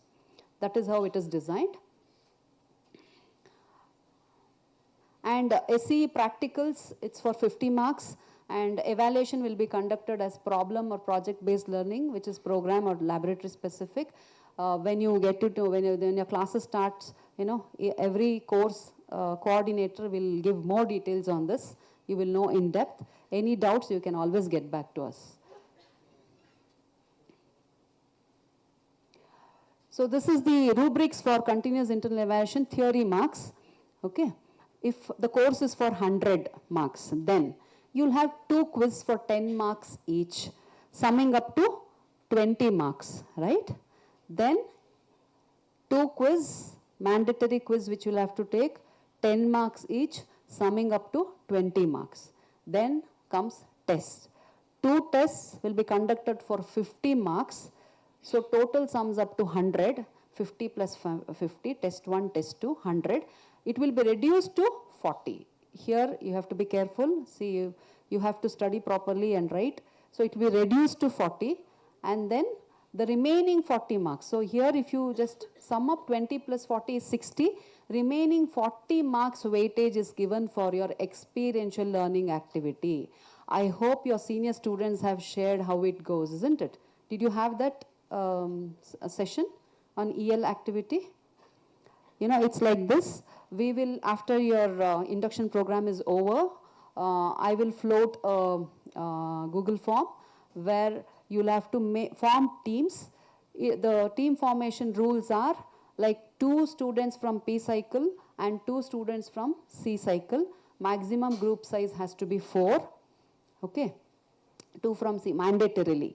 And even in that 2 students from C cycle or P cycle, we would always advise you to have from different programs. We want it to be truly interdisciplinary. This is because we want to build an interdisciplinary research culture amongst our students, which is a part of our vision statement. Right? We just go back and see our vision statements. I think it is put up here also, RVC vision statements. We are focusing on interdisciplinary research and innovation. So to bring in this culture to imbibe this research culture, from first year itself, we have this research activity or experiential learning activity.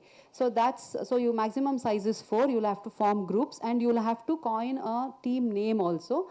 That provision is also given in Google form. You'll have to enter those details. We will also be circulating some of the topics, which you can choose. You have the freedom to choose those topics. Maybe I will be listing you around 50 to 100 topics, as the case may be. You can choose whichever topic you want to work with, and you'll have to start working on that. In phase 1, you'll have to give the objectives. You have to first of all freeze the topics, and mentors also will be allotted to you. We'll have faculty members. Each 2 to 3 teams will have 1 faculty mentor. So once the allotment is done, the details will be shared to you. You can go start meeting, approach the faculty. They will guide you. You share the topic that you have chosen. They'll guide you and tell you how you have to frame the objectives. Once all that is done, that will be reviewed in phase 1, right? Then you have to start working on the methodology, how you are going to achieve that objective. All that will be evaluated in phase 2, right? Then moving on, in phase 3, you would have completed that project or problem, whatever it is. And then there will be a demonstration. It will be in exhibition mode. Each one of you will come with your prototype model or simulation or paper presentation. It could be in different forms as the problem demands. Okay, you can come with that, and we'll have an exhibition mode presentations, and based on that your phase 3 will be evaluated. It would be definitely fun working in EL projects. I'm telling you, you can take feedback from your seniors. You'll have a collaborative teamwork. You'll get all the life skills that is required, along with getting an exposure to the real world problems. So all these topics will be real world scenarios. It is not just restricted to classroom teaching. It could be a real-time societal problem. Such topics only will be shared. So you will start working as projects. So 40% weightage is given to this EL activity. Okay. Some more details will be shared when I float the Google form. I'll give you a detailed description and a PPT. If need be, I'll also give you an orientation. Okay. So things will be clear. This is the process that needs to be followed. So 20 plus 40 plus 40. I hope it's clear. This is for 100 marks. Then moving on, if you have a lab component here, see, that was for 100 marks theory. If you have a lab integrated course, theory and lab course, then it is for 150 marks. Okay. So this is lab component also. I want to mention here, you can see the rubrics. Lab, conduction of laboratory exercises, lab report, observation and analysis for 30 marks. So you'll have some 8 to 10 experiments in each of the lab course. You'll have to go to laboratory classes every week. You'll have sessions, and then you have to complete all those exercises, complete all the experiments, and then that will be evaluated for 30 marks on weekly continuous evaluation. Then finally you will have an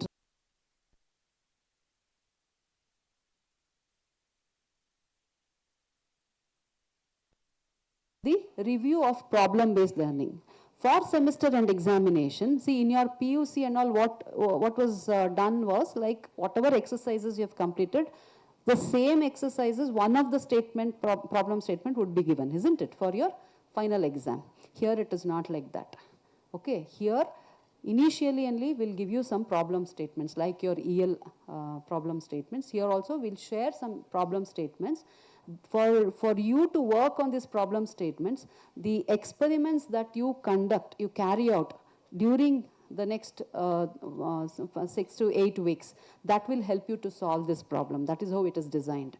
So by the end, you'll have, in the mid way, you'll have review 1 and review 2. Your course coordinator will help you to solve this. And then at the end, you would have solved the problem statement that is given to you, and you will be presenting that for your semester end exam. Is that clear? Hope things are clear. Okay. Yeah. See, you'll have, how are you doing in your class 12 and all, 11, 12 until now? You had list of experiments for the lab, course specific experiments. You would conduct that. You would have an internal test. And then for final examination also, you would have the same list of experiments, out of which one was given to you, and you would perform that and get your grade, isn't it? That is how it is. Here, you will have same set of experiments here also. You will have to do those experiments, weekly 1 experiment. You'll be completing that. For that, 30 marks is allocated. Okay, that will be throughout the semester. Every week you will have to earn marks. Then 1 internal test, that is for 10 marks. Based on these experiments only, you will have 1 internal test. The remaining 10 marks is for the semester end examination problem statement. That problem statement will be given initially only. When you go to the first class, then, or maybe in the second or third class, they will share the problem statements with you. You have to start working. Course coordinator will help you. You don't have to worry. But it is your responsibility that you have to come out with a solution. Okay. And to augment this, these experiments, what you do will definitely help you to solve this. That is how it is designed. Okay. Something different will not be given to you. Okay. Clear? So that also, with the progress will be evaluated in between. After some 6 to 8 classes, 1 review will happen. Again, by the end of your CIEs, one more review will happen. That will be evaluated for 10 marks. So it is 30 plus 10 plus another 10, making it as 50. Is this clear?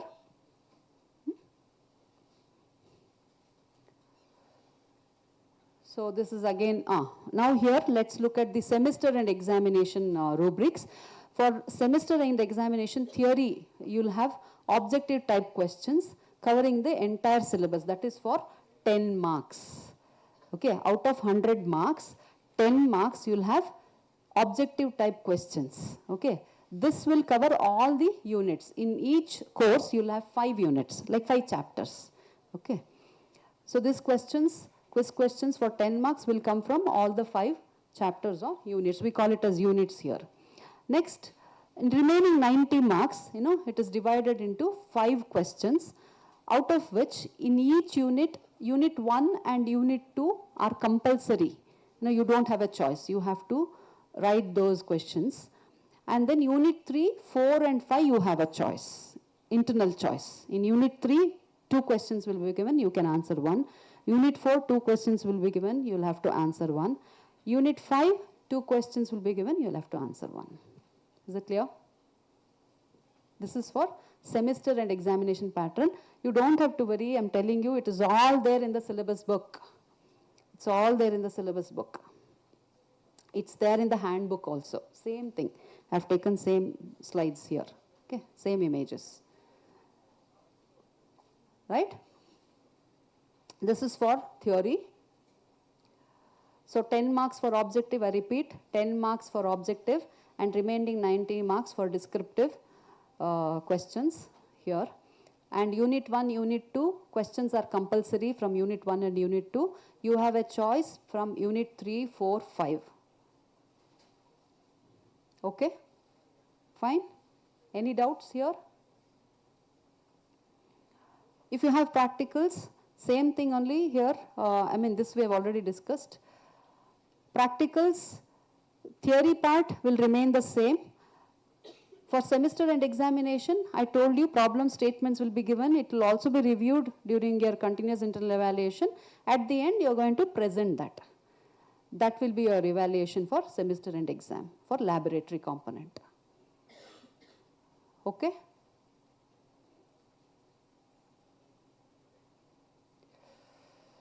Same thing for lab. Yeah. Here. These are 2 important regulations that you must know, but it is not applicable in first semester. Okay. So if you don't understand, don't worry. But these are regulations that you should know. 2 things. One is, the student, this is there for, semester registration is there for all of you. Every student has to register in person at the beginning of every semester as per the notification issued by Office of Dean Academics and Dean Student Affairs from time to time. So Dean Student Affairs will float a registration form beginning of every semester. Compulsorily you'll have to register for that semester registration. If doesn't happen, you'll not be permitted to take up any CIEs or semester and examination. So you'll have to fill up that form and submit, that's all, right? The details of the form, everything will be shared by DSA office. Then in case of any delay in register, suppose when they have released that forms, if you are held up in some work or something, you'll have to take prior permission, or immediately within a week's time you have to get back and register. You should not miss this registration, right? It starts from there. Official registration, confirmation that you have moved to the next semester, isn't it? Very important. A student may be barred from registering for a semester for specific reasons, for not registering, non-payment of fees. If you have not paid the fees, then also you'll be barred from registering, not eligible for the current semester due to lack of earning enough credits. So SEM registration is a very important activity that you need to perform. Next, we have 2 provisions. One is dropping of course and the other one is withdrawal of course. So dropping of courses, now that I told you have 8 courses, isn't it? So when you start, the teaching learning starts, and somewhere you feel that you're not able to cope up with any one of the courses, something like that, you have a provision to drop that course. That means when does that happen? before the first test commences, a date will be given. That date is also put up in the academic calendar. You can check for the date in the academic calendar. Okay. You have to drop the course before that. Of course, you have to bring it to the notice of your counselor, your HOD, and you have to take Dean Academics approval for that. You can drop the course and then take it later, right? So, of course, how many credits? I mean, since we have 16 credits is the criteria for us to move to the next semester, you cannot carry more than 60 credits, so that you have to keep it in mind. And this dropping of course will not be considered as an attempt. Student must re-register for that course after 8th semester of the program. Immediately you can't do it in the next semester. You'll have to wait after 8th semester, you can register and do. So the dropped courses are not recorded in the grade card. Okay, that's the provision given. In some cases, you know, if you're seriously not able to take it up, you can have this provision. Otherwise, don't opt for this. Okay. Next is withdrawal of course. Withdrawal of course, a student may opt to withdraw from a course on or before the date specified, normally 1 month before the end of semester. Dropping is 1 month before, 1 month after commencement of the semester. Withdrawal is 1 month before the end of the semester. That's how it's placed. So here there's a tip, you know, D comes first, isn't it? D is dropping. So first is dropping, next is withdrawal. So withdrawal from courses, you can opt for this before the date, normally 1 month before the end of semester in the calendar of events. This is also put up in the calendar of events.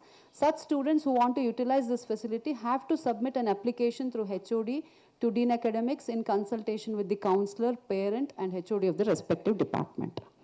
Okay, the candidate should have fulfilled the attendance criteria. The withdrawn courses are recorded in the grade card. See, dropping courses are not recorded in the grade card, but withdrawal courses are recorded in the grade card because you would have attended test 1, test 2, everything, and finally, last you would be withdrawing that. So that will be recorded and it is treated as an attempt. Dropping is not treated as an attempt. Withdrawal is treated as an attempt. Hope things are clear.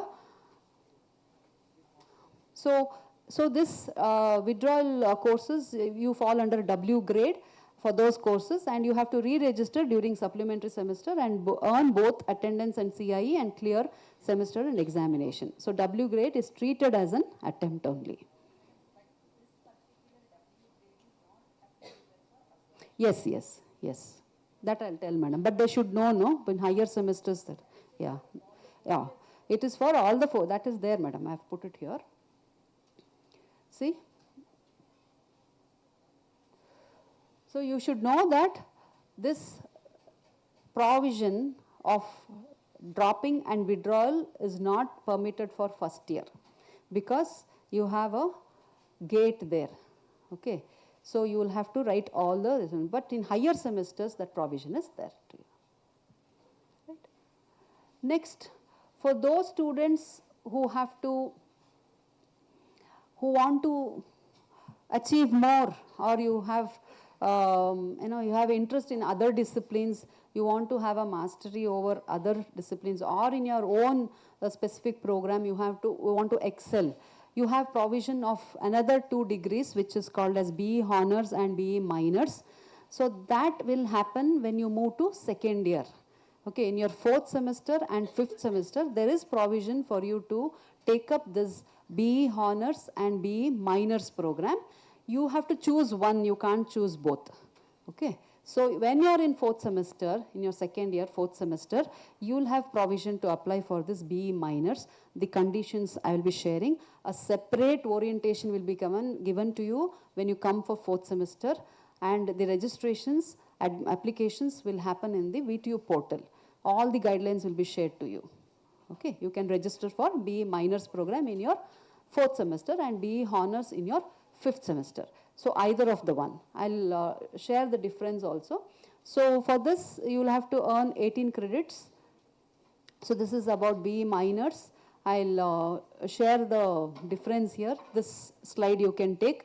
I've given all the details. So focus for BE Honors is, suppose you are in the electronics and electrical and electronics engineering stream or computer science and engineering stream, you want to strengthen your, you want to have more deep knowledge, sound knowledge about, advanced knowledge about the specific program, then you choose for BE honors. You'll have to have, you have to earn another 18 credits above 160 credits to have your BE honors degree. So you'll have both degrees together. It will be awarded to you. At the time of graduation, you will be awarded as BE Electrical and Electronics Engineering plus BE honors. BE honors degree will be given to you. For that, you have to earn another 18 credits. And all those processes will be on VTU platform, not here. That is why a separate orientation will be given to you from the Office of Dean Academics. BE minors is something where, suppose now you are in, you have admitted to elements of mechanical engineering program. Then you want to know more about electronics because the order of the day is mechatronics, isn't it? So you can register for the courses under electronics engineering and get a minors degree. This is cross-disciplinary. That is within the discipline, mastery within the discipline. Minors degree is cross-disciplinary. Likewise, if you are in civil engineering, you can take up some courses in computer science or AI/ML. So irrespective of the program, now everybody wants to have a hold on AI. So you can select courses from AI stream and get a minor degree. So you'll be majoring in BE mechanical engineering and a minor degree in AI/ML. That's how you'll get the degree. Hope things are clear.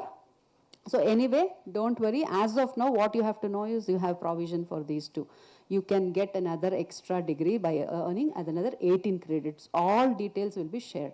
When can you take minors? When can you enroll for minors? It's in 4th semester. You can enroll for honors in your 5th semester. That's all.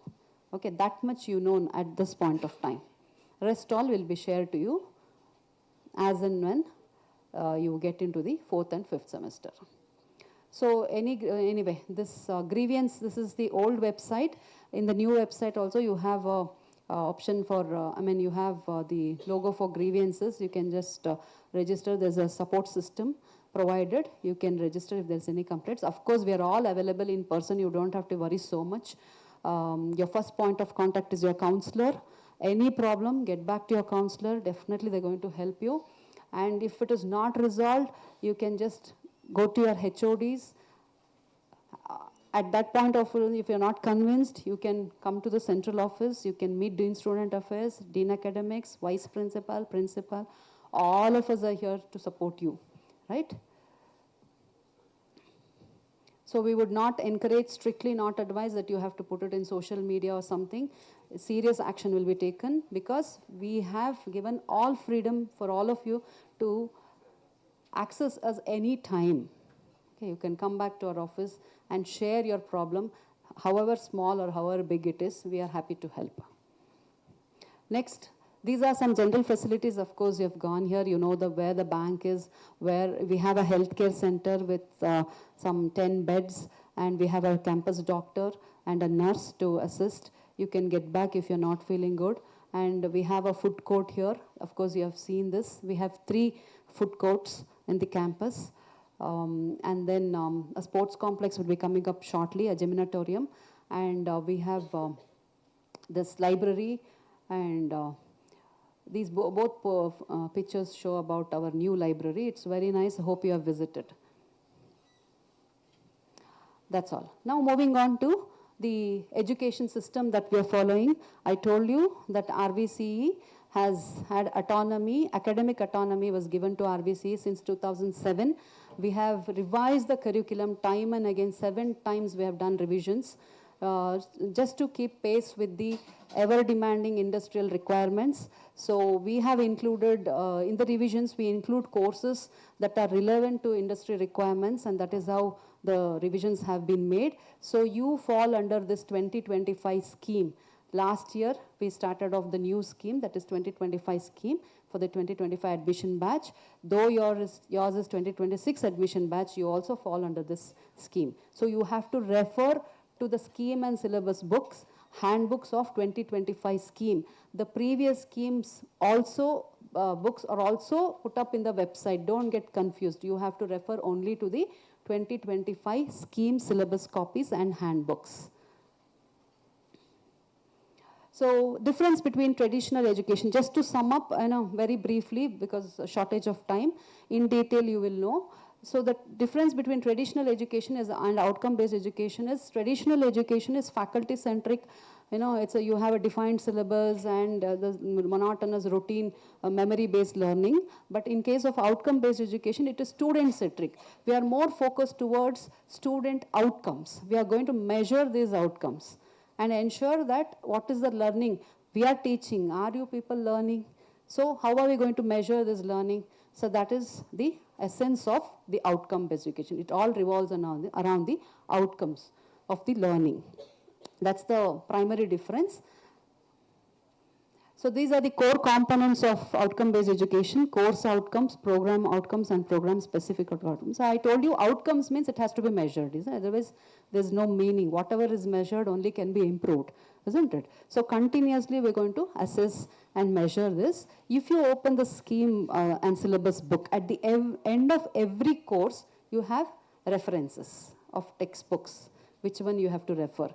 Then there itself you can find a list of course outcomes. Suppose you're, as an example, if I want to share, if you're enrolling for a course in mathematics, because it's general, I'm taking this example, and if you have some syllabus content as ordinary differential equations, partial differential equations. So the outcome has to be, the student should be able to solve typical ODEs, this kind of PDEs. So that is measured. Those are the course outcomes. So at the end of each course, you'll have outcomes. And all your questions, quiz questions, be it main semester and examination questions, test questions, everything is mapped to COs. All topics, content of the syllabus is mapped to these outcomes. So that is why we use the term outcome-based education. So these outcomes are specific measurable outcomes for each course, and define what students should be able to know or do at the end of after completing the course. What is that you have achieved? What is that you have learned? That has to be measured. That measurement happens through these course outcomes. Likewise, at the end of the program, after 4 years, collectively we are going to sum up all this. There is a process for that. We're going to come out with program outcomes. And these program outcomes are defined by the National Board of Accreditation. Okay, it's common for all of you. I think we have it here. We don't have it here. We don't have it here. Anyway, in the syllabus book, at the end, I've listed all the program outcomes. You can just go through that.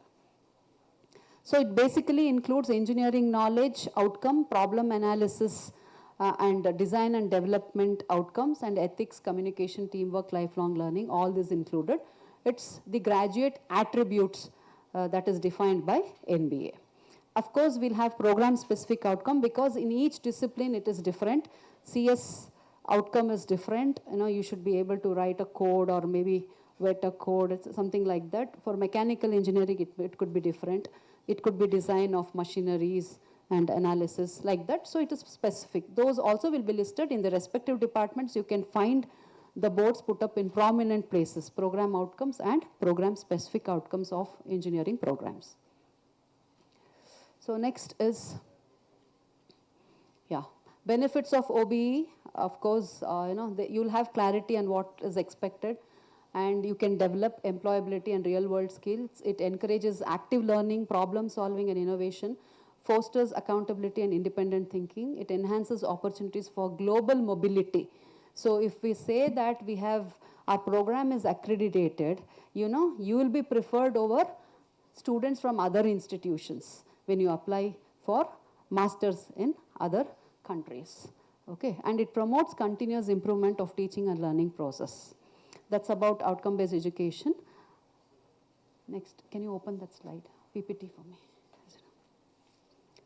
So how to select these professional core courses and engineering science course, I'll share the information with you. After that, you'll have a brief orientation on each of these courses. The course handling faculty or course coordinators are going to give a briefing so that you'll know roughly what is there in the syllabus so that it helps you to decide better, right? To make the right choices. So to begin with, let me share the, can you see it now? Yeah. So this, anyway, we have, I've just now shared 4 streams. Computer science stream, stream 1, stream 2 is civil, 3 is mechanical, these are the programs, and stream 4 is electronics. You have physics, chemistry cycle, all these programs come under chemistry cycle, and all these programs come under physics cycle, right? Okay. This is about statistics of first year. Now, these are the courses that I was sharing. Chemistry cycle, currently CS stream is under chemistry cycle, and all other programs, 5 programs under chemistry cycle, 8 programs under physics cycle. Now, as I was mentioning, you know, you have different mathematics courses for different streams, right? So for EC stream here, you can see here, EC stream, you have a separate mathematics course, that is fundamentals of linear algebra, calculus and numerical methods. Likewise, for mechanical stream, you have fundamentals of linear algebra, calculus and differential equations. See, what is required for you is what is taught here, right? And then for CS stream, you have fundamentals of linear algebra, calculus and statistics. Okay, this is what is the requirement. So this is a separate course. And of course, for civil, we have applied mathematics. So even mathematics is not common, it is stream-wise. It's cluster-wise mathematics course that is offered from the Department of Mathematics. Likewise, we have, in second semester also, you have, in first semester you have math 1, in second semester you will have math 2. Again, it is as per the, it is tailor-made for the clusters, isn't it? So you'll have this is the list, it is there in the syllabus book also, scheme and syllabus, please refer to that. Then physics, when you take physics, see here we have, there you had 4 streams and 4 different courses, which is stream specific, isn't it? Here we have 5. Department of Physics is offering 5 courses. One is for EC stream, it is condensed matter physics for engineers. And for ME stream, we have classical physics for engineers. Then for CS stream, we have quantum physics for engineers. Then for CV stream, we have applied physics for engineers. And for electrical and electronics engineering, that is for the Department of Electrical and Engineering program, you have physics of electrical and electronic materials. Okay, it is, these are all tailor-made contents which has to suit your requirement. That is how it is made. So you'll be studying this. This is given in the syllabus book. Next, again, if you get back to chemistry, Department of Chemistry is offering 4 courses. For CS stream, it is chemistry of smart materials and devices. EC stream, it is chemistry of functional materials. ME stream is for chemistry of engineering materials. And CV stream, it is engineering and environmental chemistry. Fine? Right. So let's move on. Professional core courses, I told you, in physics cycle, you will have this professional core courses along with engineering science course. So we have 5 professional courses. This is also stream specific. So for EC stream, we have basic electronics. This is core course you'll have to study in your physics cycle. Then you'll have another core course for, okay, in this EC stream, I told you 3 programs come under EC stream, EC, EEE, and Electronics and Telecommunication, that is ET. But here for professional core courses, this basic electronics core course will be for EC students and ET students, Electronics and Telecommunication. EEE students will have a separate professional core course, that is Elements of Electrical Engineering. This is the difference. Then for ME stream, whether you belong to aerospace, mechanical, IEM, chemical, you will have to have, this is the professional core course, Elements of Mechanical Engineering. Then for civil, we have engineering mechanics. And then for CS students, it is principles of programming using C. There is no choice here. It will be given to you. You have to study, right? You don't have to worry too much. It's a part of the system here. Just to know, just to share it with you that these are the courses. I've shown this slide. Next, here you have a choice. Engineering science course. We have 5 courses, as I've already mentioned. I'll show you the criteria for selection of these courses. Here one more thing is, there's no restrictions on the number of students registering for each course. You are free, there's no capping put. Okay, you can choose whichever you want. So fundamentals of programming using C offered by CS, elements of civil engineering offered by CV, principles of electronics engineering offered by EC, EEE, basics of electrical engineering offered by EEE department, fundamentals of mechanical engineering offered by ME department. These are the courses, and we'll go to the options now. Programming language course, I told you 4 options: introduction to Python, introduction to web, basics of Java, introduction to C++. These are the 2 basket courses. We call it as ESC and PLC courses. Yeah, now, see, please pay attention here. Now, if this is for CS stream, for CS cluster, those who fall under CS cluster or CS stream, you have 5 options here, but you are not supposed to choose introduction to C programming because you already have a professional core course. So again, you can't choose this. So that is not there for you. You can't choose that. That is left for you, right? This is, you can't count on this. Now the choices for you is the remaining 4. That is, first one, introduction to civil engineering, introduction to electrical, introduction to electronics, and introduction to mechanical engineering. So 4 engineering courses you have option, out of which you can choose one, any one, based on your interest. So that is in your first semester. When you come to second semester, the one which you have studied already, you cannot choose again. Common sense, isn't it? You can't earn twice credits for the same course. Common sense, isn't it? So you can't choose that also. So 2 courses are omitted now in the list. You have only another 3, out of which you can choose one. Is this clear? So you have, all streams will have 5 courses, out of which 1 is omitted because whichever belongs to their stream, that they're not going to have option to choose because they have a professional, they would be studying a professional core course, which I mentioned earlier. Clear? So the choices will be remaining 4. Once you choose one, next semester, even that will be omitted. You'll be left with remaining 3 choices. Right? This is for CS stream. Hope this is clear. Likewise, I'll show for EC cluster. See, EC cluster, which one should be omitted here? You have 5. Which one? Introduction to electronics engineering. That you'll not have a choice. And so that you will have another 4 here, remaining 4. You can choose one. Maybe you will go with introduction to C programming. Then when you come to second semester, you will have to remove that also. Introduction to C programming and introduction to electronics engineering. You'll be left with another 3. That is introduction to civil, introduction to mechanical engineering, and introduction to electrical engineering. So you'll have 3 choices. You have to choose one. Right? This is for EC cluster. Likewise, for mechanical cluster, see, what should be omitted here? Introduction to mechanical, you cannot choose. Those who fall under ME cluster, ME stream, you cannot have this option because you'll be studying a core course. So this is removed. You'll have remaining 4, you'll have to choose one.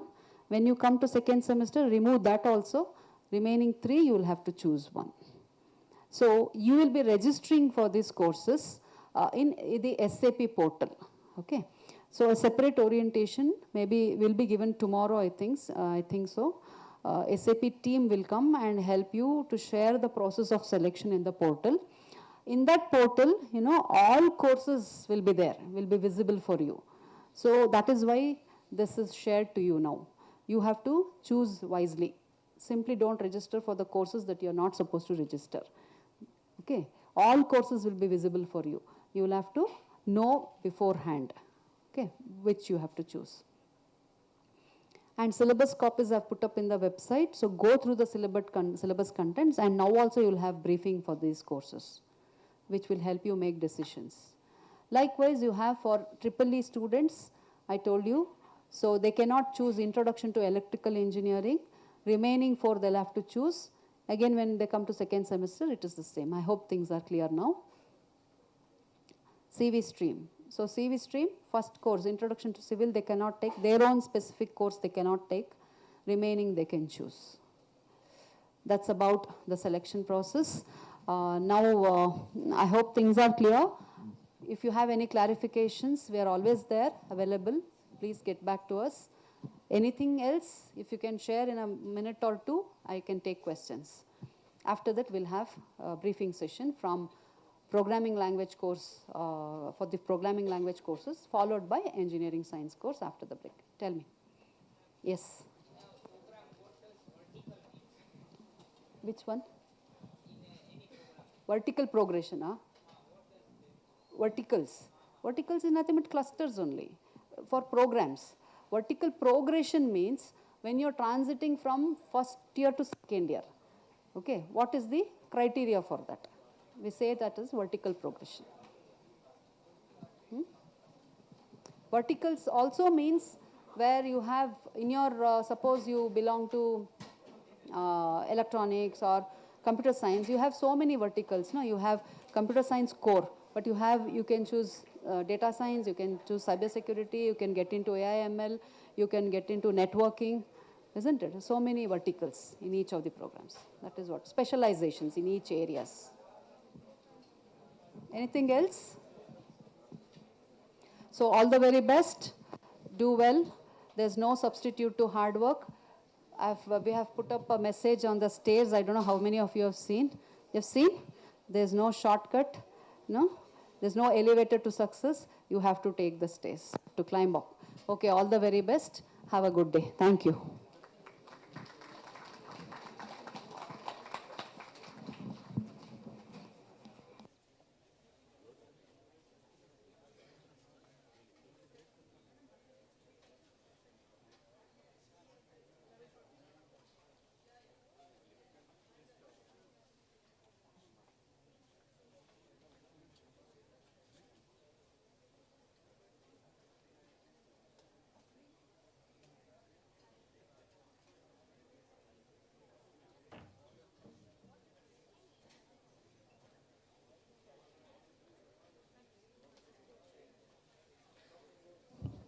Guys, you'll all have to assemble back at 11:40. You have a 15-minute break, okay?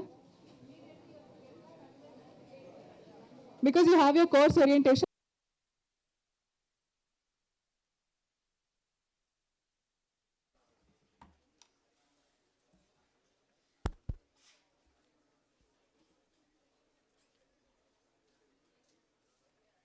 Okay. Good morning.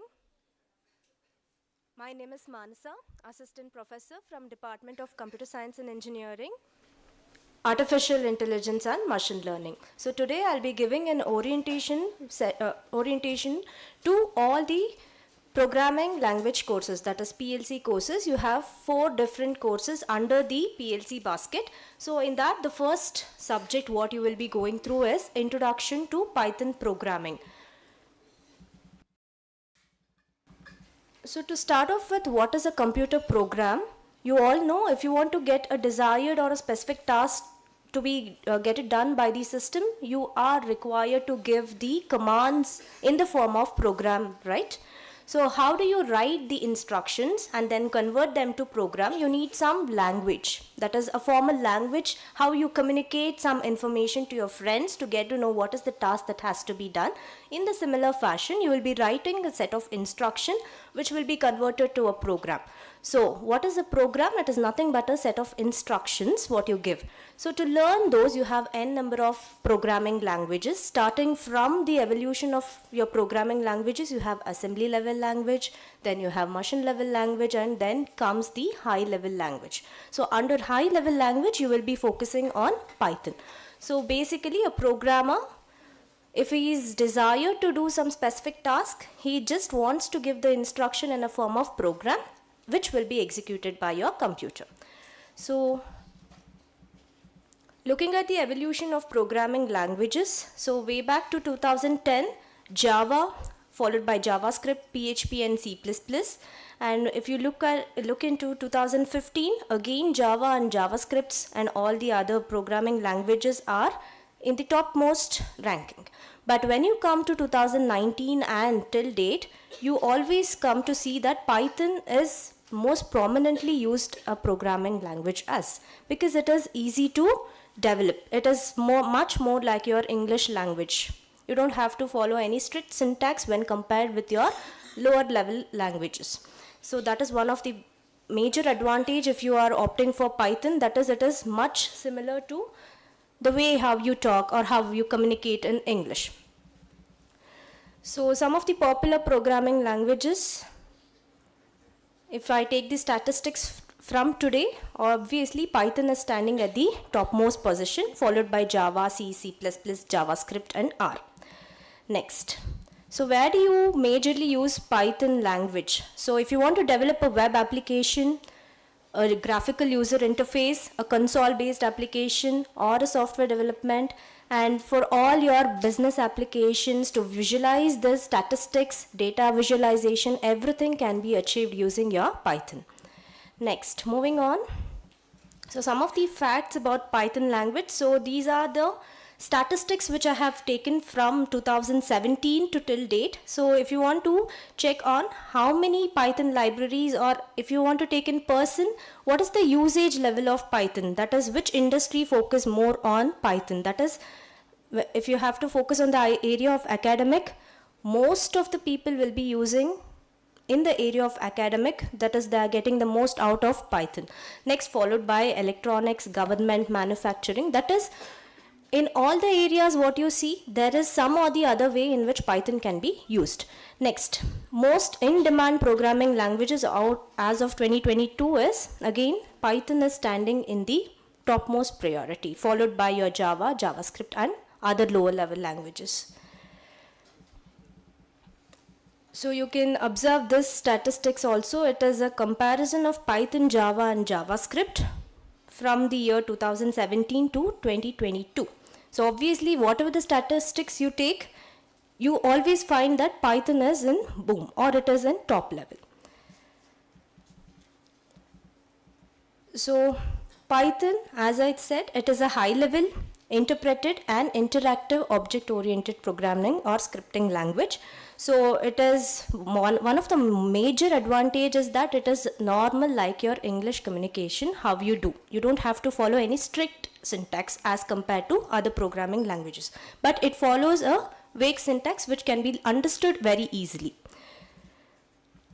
Next, some of the characteristics of Python are, it is a high-level language, then it is easy to learn, cross-platform support, that is, you can run Python in any of the operating system. It is platform independent. I can run it in Windows, Mac, Linux, Ubuntu, anything. It supports everywhere. Then dynamically typed language, then it is functional and object oriented, and it supports plethora of libraries, and you have wide application area for Python and huge demand in industry. So looking at all the statistics what we came across, you can evidently say that Python is in huge demand, which is required by industry. Next, it is fast prototyping and multi-paradigm language. So if you look at the job postings based on programming language also, Python is topping here when compared to other programming languages. So looking at the syllabus of Python, so here are the course outcomes. That is, once you take up Python programming as a subject, what are the outcomes that will be achieved after you study this subject? That is, CO1 tells that apply fundamental knowledge of Python programming to solve the engineering problem. That is, you must be able to apply the concepts what you have learned from the syllabus and come out with a solution for any given engineering problem. Next, CO2. You need to identify the problems in various application domains and solve them using different concepts of Python programming. So you would be able to achieve this course outcomes what I am stating out. Next, CO3 is design a solution using Python programming with societal, environmental, and other concerns by engaging in lifelong learning for emerging technology. So you would be focusing in all the areas, that is, you would be solving a problem for a societal issue or an environmental issue from the syllabus what you have learned in Python. Next, the last CO4 is demonstrate the use of modern tools by exhibiting teamwork and effective communication skills. Next, moving on to the syllabus. So the syllabus for Python is framed in such a way that you will be studying from the scratch. That is, the first one is introduction, where you will learn how do you install Python ideally on your systems and how to get start on that is how you are going to execute programs. From the basic you will be getting to know in the unit 1. Next, in unit 2 you have branching, while loops and program planning. That is how you are going to structure, how you are going to give the conditions for writing any of the program. So you are getting exposed to many of the loops, looping statement, loop control statements, all these things you will be studying in unit 2. So coming to unit 3, you have for loops, strings and tuples. So some of the data types in which you can store data, what are the syntax and what are the rules that you have to follow. So all these will be covered in unit 3. Next, moving on to functions. So how do you create a function? How do you access them? How do you define? So everything which is required for you to write a proper program in Python will be covered in the syllabus what has been framed. So the last unit is you have software objects. Since it is an object oriented program, you will learn what is class, what is objects and how do you create them. And then also you have the basic object oriented concepts which will be coming in the unit 5. So this covers the entire syllabus for Python. So some of the reference books are listed here. So to summarize everything is that Python is very easy to learn and it is as simple as you communicate in a normal English. So you can learn it very easily. I know if you have studied any of the programming languages in your lower grades, it would be very helpful to easily cope up with Python. Okay, so thank you.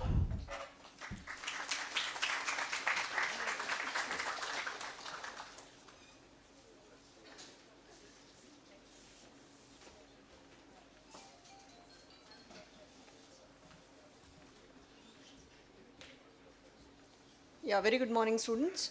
So the course Introduction to Web Programming, as madam just introduced about one of the programming language. So this is a course that tells you how to write scripts, right, in order to design a web application. So in this course, you will basically understand what do you mean by a server, what is a client, how you deploy a particular application, how do you access it, and so on. So you'll understand about the World Wide Web, the web browser, the web server, a language called as HTTP and HTML, right? HTML is a language and HTTP is a protocol. So you'll be understanding about that.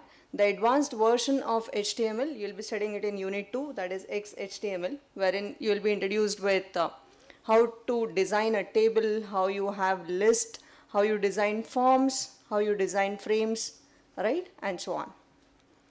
So under Unit 3, you will be understanding about something called as styling, right? If at all you have browsed internet, right, you see different styles applied to web pages.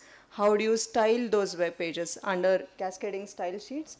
Wherein you will be introduced with font properties, then selector forms, color properties, alignment, and so on. In Unit 4, you will understand something like creating dynamic web documents, right? Whatever you see, a Wikipedia type of pages, those are called as static documents, and the one which is interactive is called as a dynamic web document. So you'll understand how to design those dynamic web documents using JavaScript, wherein again you will be understanding with screen input output, object creation and modification, arrays, functions, and so on. Under Unit 4, you will understand So, under Unit 5, you will understand basically on database management, right? We all know how data is important for us. So, through web application, how are you going to store the data? How are you going to access the data? So, that is dealt in Unit 5, wherein you will understand about relational databases, introduction to SQL, architecture for database access, and so on. So, this is the course. For this particular course, we have various teaching methodologies that are being used. It's going to be a blended one, wherein you will have a lot of activities and theories as well. You will, of course, have a lot of hands-on session because it is a lab-oriented course. We do have visual aids and analogies as well as collaborative learning, and lot of online resources is available for this particular course. Right, and this is already told to you in by Dean Academics, Madam, how it's going to be evaluated. Coming to the study material, one main book that is used is Robert Sebesta, that is Programming the Web by Robert Sebesta, and this is the book which we are going to consider for this particular course. Now, last slide, why you should learn this particular course. One, it provides the fundamental knowledge of internet, web, client-server communication, which we should all know, right? Since we browse the internet, since we use the resources that are there in the internet, how does this internet work? So that fundamental knowledge is provided by this course. It enables a student to develop static and dynamic web documents, right? You will be able to design your own web application, you will be able to design your own website, right, which will help you to project your experiential learning presentation, or to store the data, or what all you want to do through your experiential learning projects. Prepares the students to create mini projects, portfolios that demonstrate the real world skills. High demand skills, basically this web programming like HTML, CSS, JavaScript, they form the core competencies for all of your IT companies, right?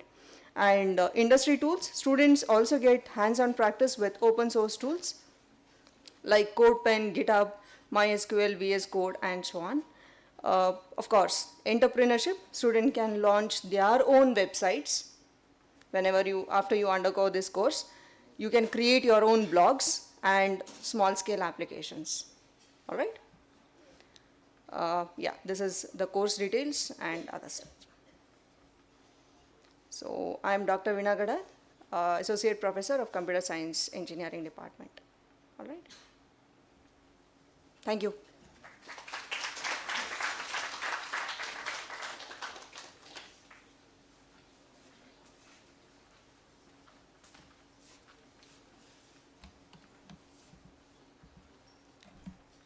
Good afternoon, students. I am Manon Mani, Associate Professor in Computer Science and Engineering Department. Now I am going to give orientation to Java programming, basics of Java programming. It will come under PLC, okay, programming language course. Now you will have some doubt, why to study Java? Because already Python you have, Madam has given some orientation about Python. It's widely used language, simple, it's like English language. So why to study Java?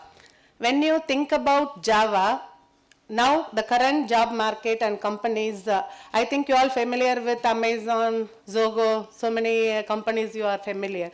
If you look into those companies, basically they are using Java in the backend development. If you go for backend development, basically they'll use Java, and also most of the companies, they are using software development. This is in first year, this is basic course, basics of the title only, it is basics of Java programming, okay.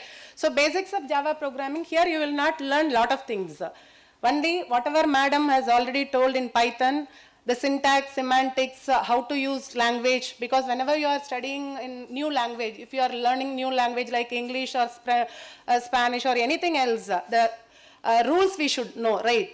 So this basic course will give you the rules, how to make use of that language, syntax and semantics, how to use looping statement, what are all the exception handling mechanisms are there, all basics only, okay? So when you want to this is Java evaluation and all you can learn while, if you opt this course, you'll come to know. Then application, when you consider applications of Java, it is not only in software development, AI and machine learning, enterprise application, mobile application, big data analytics, everywhere Java is there. Okay. So if you want to become a good professional in Java profession, if you want to become a good professional in this language, then you have to learn basics Java, that is core Java, plus Spring. Then after that you have to learn SQL, then cloud-based, that microservices. That is the complete cycle. This is like introductory course. If you select this Java course, you will come to know what is Java. Okay, how to write simple program. Then if you want to become well versed in this, then you have to learn afterwards also. Then this is the syllabus. In the syllabus, the same thing, whatever the Python, the same structure only. Basics of Java programming. This is object-oriented programming language. So they will teach you about what is object-oriented programming language, then what is the syntax and semantics, then what is JDK, and the control statements, the classes and objects, inheritance, then exception, multi-threading, all basics concepts we will cover in this subject. Then these are all the reference books. They have mentioned reference books, but online resources are available. Okay, you can go through all online resources. Online compiler is also available. Parallelly, you can run your program and you can check. Thank you. If you have any clarification, you can contact us. Okay.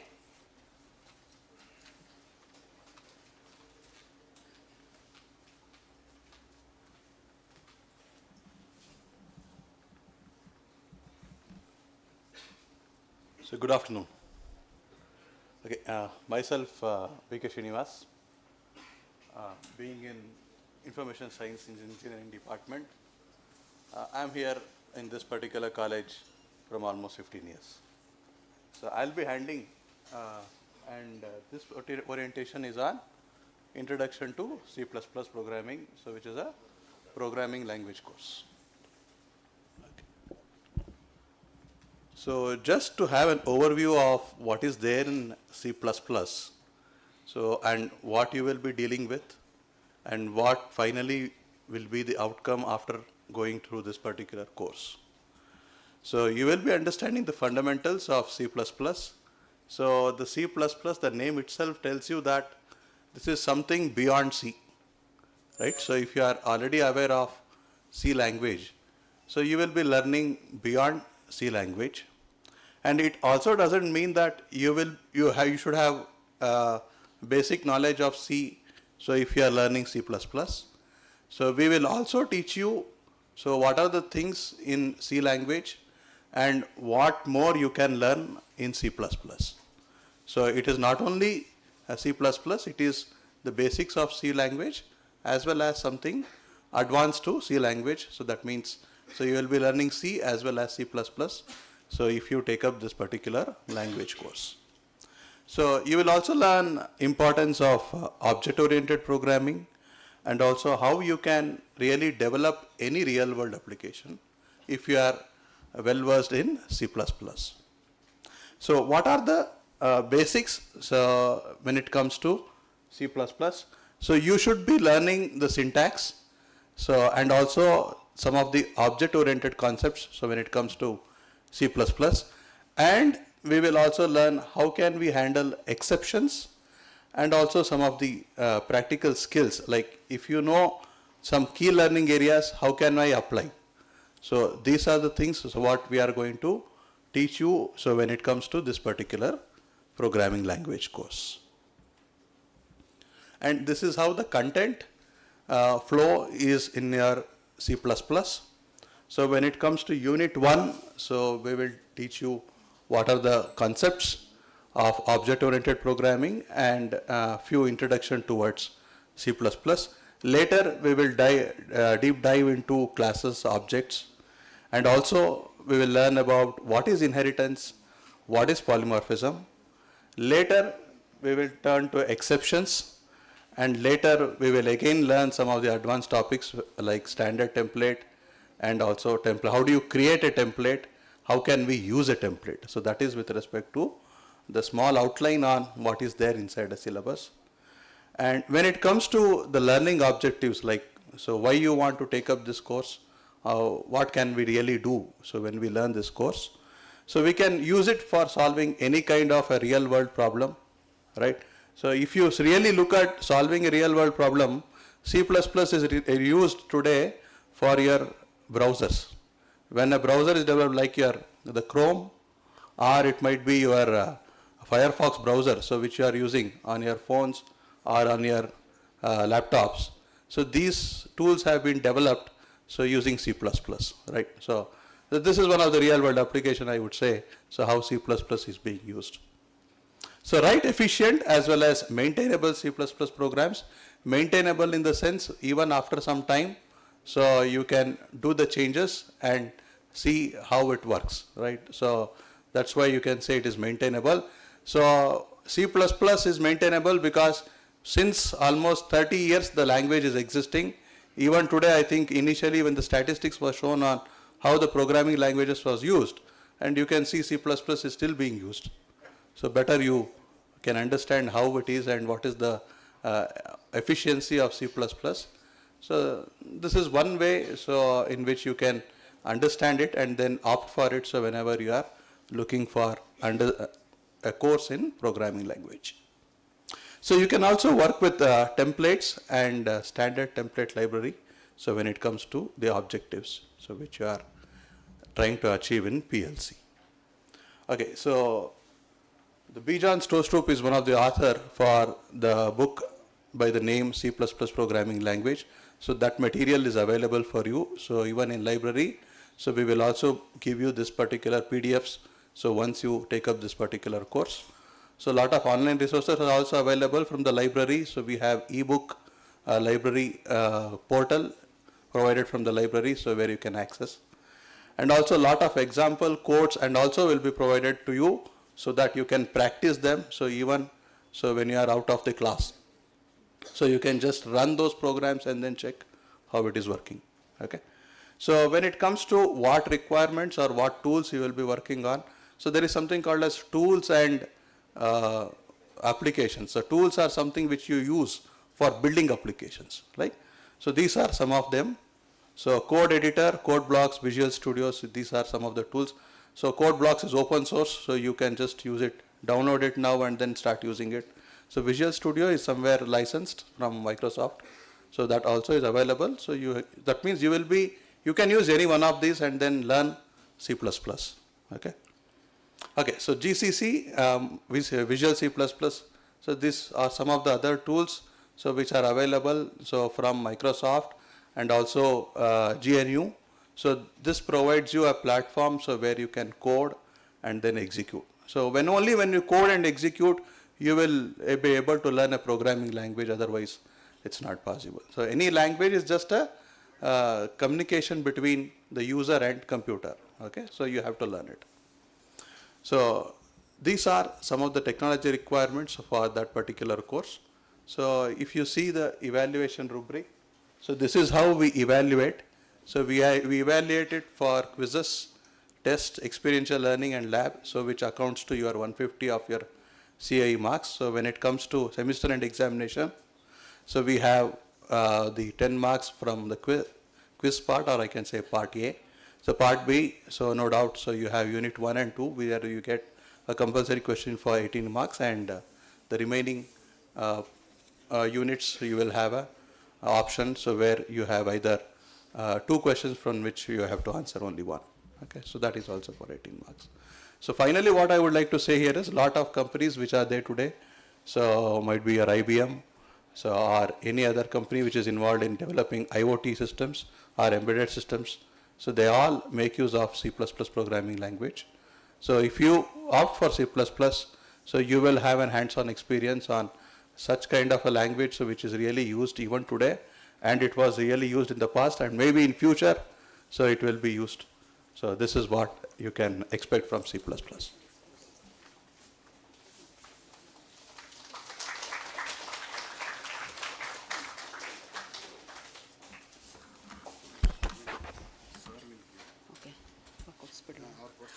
Thank you, speakers. Thank you very much for briefing the programming language courses. Now we'll have elective briefing for engineering science courses. We have with us Professor Dr. Shanmukha Nagraj. Sir was formerly Dean Academics for 6 years, and now Sir is heading Department of Mechanical Engineering. We have an engineering science course on mechanical engineering. So Sir himself will be briefing today. We welcome you, Sir, to the session.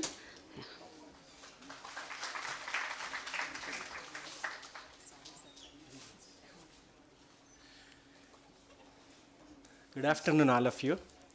Just I volunteered myself to promote my department course. It's not for the placement, not for this one. It's a life skills. For the mechanical cluster program students, for mechanical, IM, aerospace, industry engineering management, it is mandatory. But how we can show the evergreen mechanical machines, the feel of driving automobiles, the feel of running the machines, the science of doing something, doing some work. Maybe it may be turbines, it may be power generation, it may be two-wheeler, four-wheeler or aeroplanes. So the concept of machines and mechanisms has to be taught irrespective of the branch of engineering. So that's why we have made a diluted course on mechanical engineering. In brief, we would like to show you how things will work. Normally in the how stuff will work in the internet, you can browse how the machines will work. So starting from Nainhalli to RV College, we have 12 or 1 dozen showrooms. So which vehicle to buy, what is the mechanism, is it a petrol driven vehicle or a diesel driven vehicle or a gas engine, or it is a pure electric engine. So to make decisions crystal clear, at least you should know the basics of how the engines will work and what is my requirement.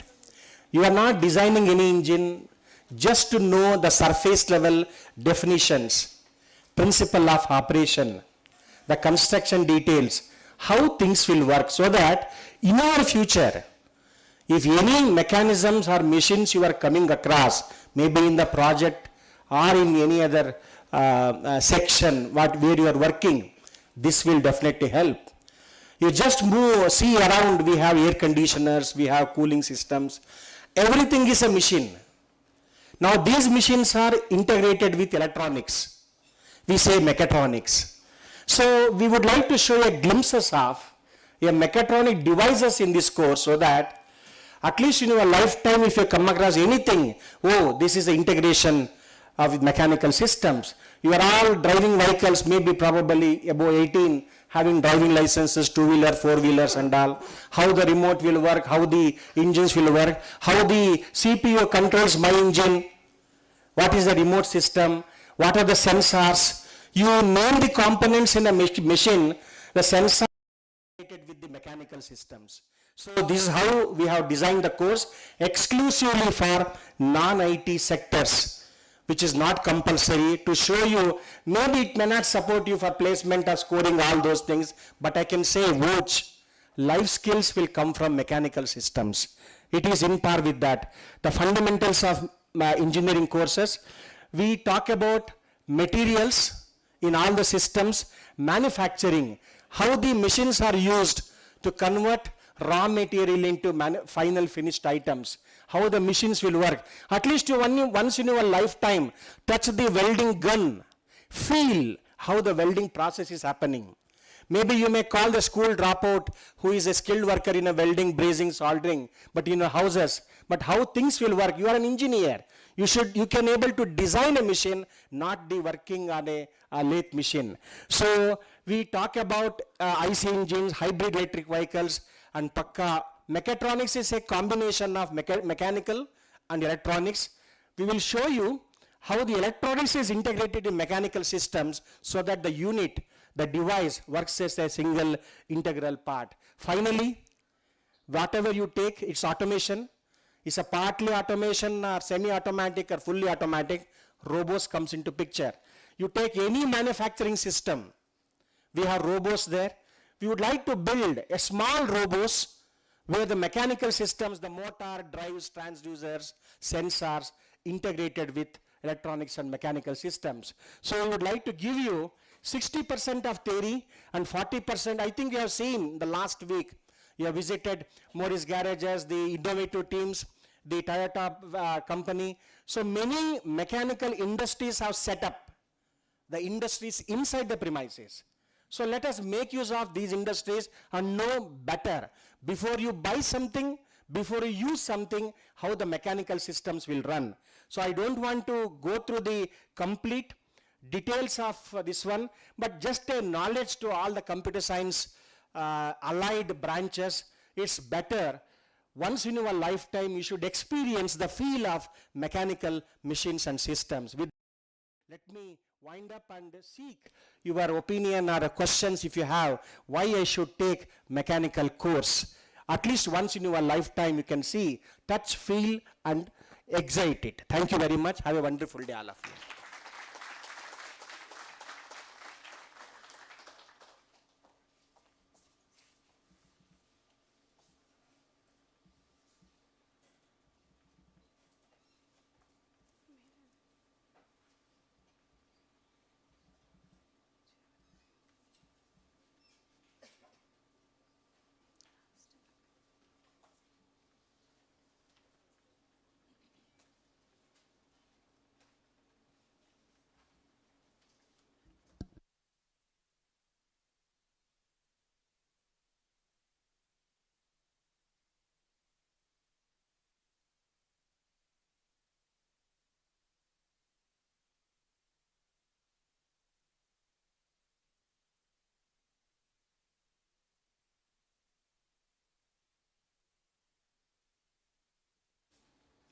Good afternoon, students.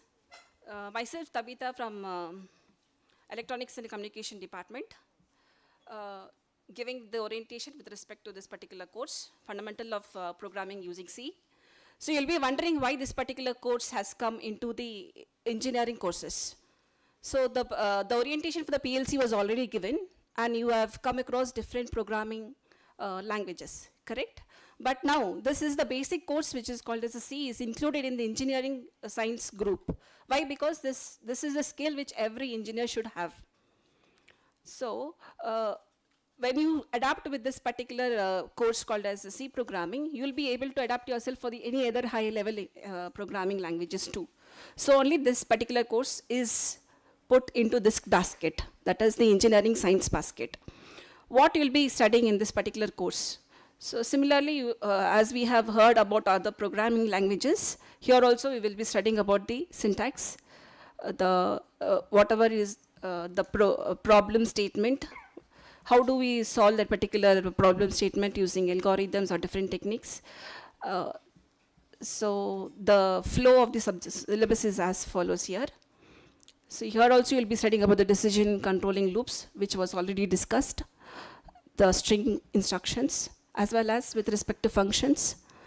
Coming to the outcomes, these are the outcomes where every individual student have to solve the engineering problems. So this is the basic course which will help to learn or adapt ourselves with the high level languages. Thank you.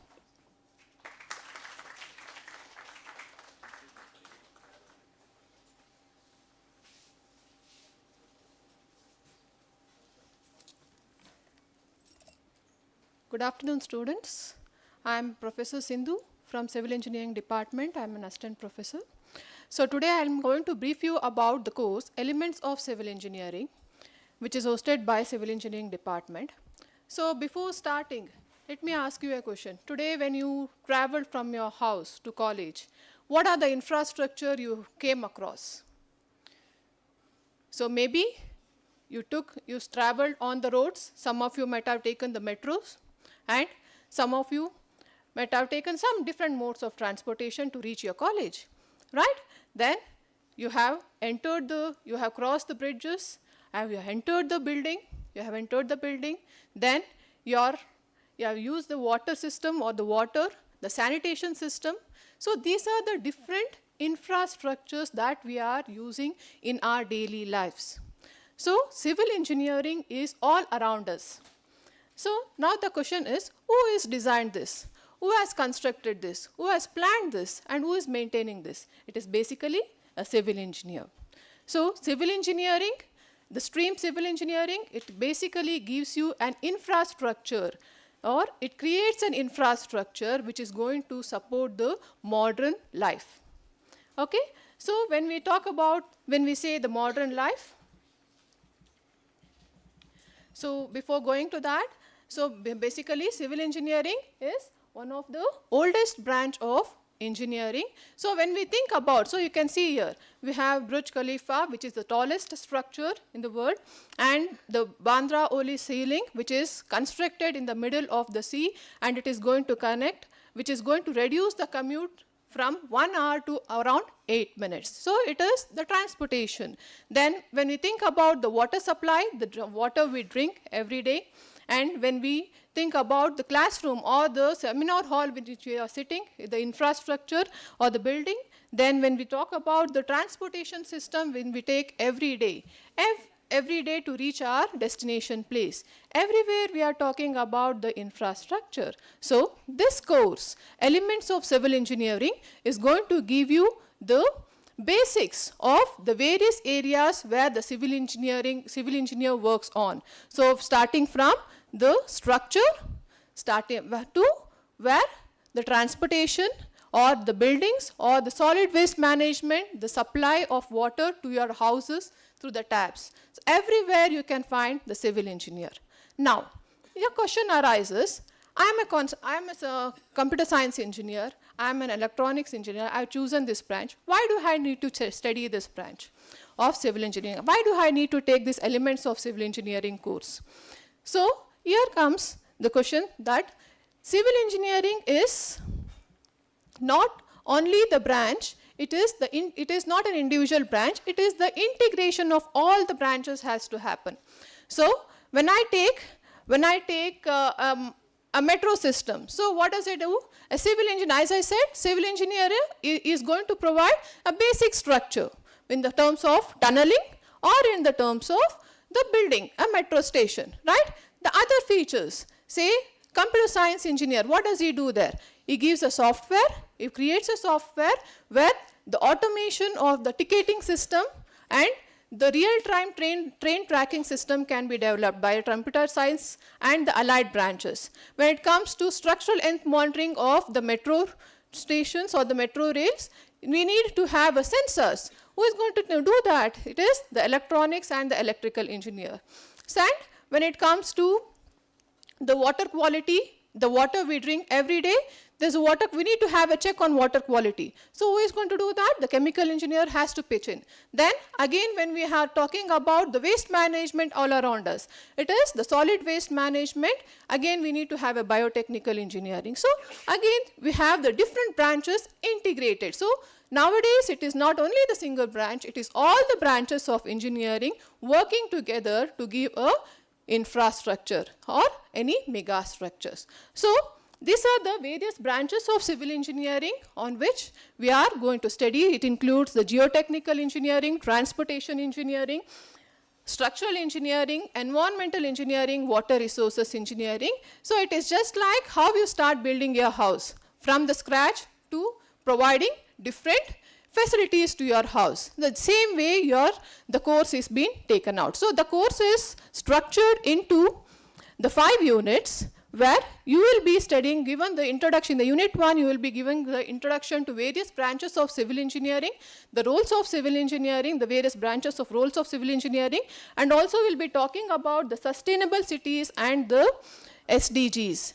Then in unit 2, you will be taught about the construction, various construction materials, the properties and its application in building the various structures, and also we'll be talking about the various building components used in the construction, say the columns or the beams, all those things. And in unit 3 and unit 4, you will be talking about the environmental engineering and water resources engineering, which includes the water supply, the sewage treatment, and also some hydraulic structures such as dams, canals where the water is being taken to different units. And transportation engineering, as you see, we are going to study about the different, how to plan, execute the roads, plan, that is building, construction and execution of the roads, railway lines in different components, along with the help of remote sensing and GIS.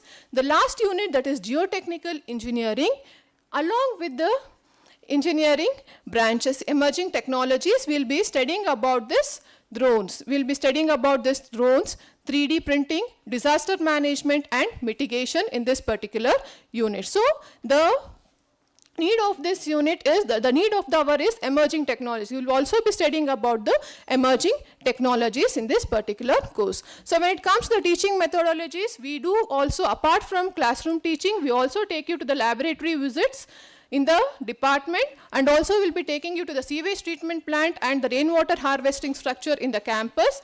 And last year we had a competition for the, we had designed a competition for, that is the bridge engineering competition, where the students built the bridges using the ice cream sticks. They applied the load to see what is the maximum load that they had taken. Where the students enjoyed this. Apart from this, we make use of the crosswords or puzzles related to civil engineering, and discussion with respect to mega structures. The videos related to this will be taught to you. So it is basically 70% of the classroom activities and remaining will be hands-on training. So when it comes to relevance to other branches, as I told you, we'll be talking about it is an integration of all the other branches. So that's the reason. Okay, sir. Yeah. So these are some of the thrust areas where you will be talking about where the civil engineering is read.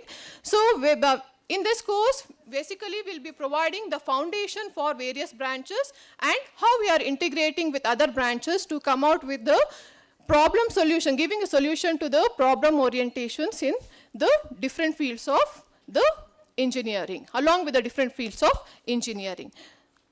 So I'm Sindhu. You can contact me in the department at any time. Thank you.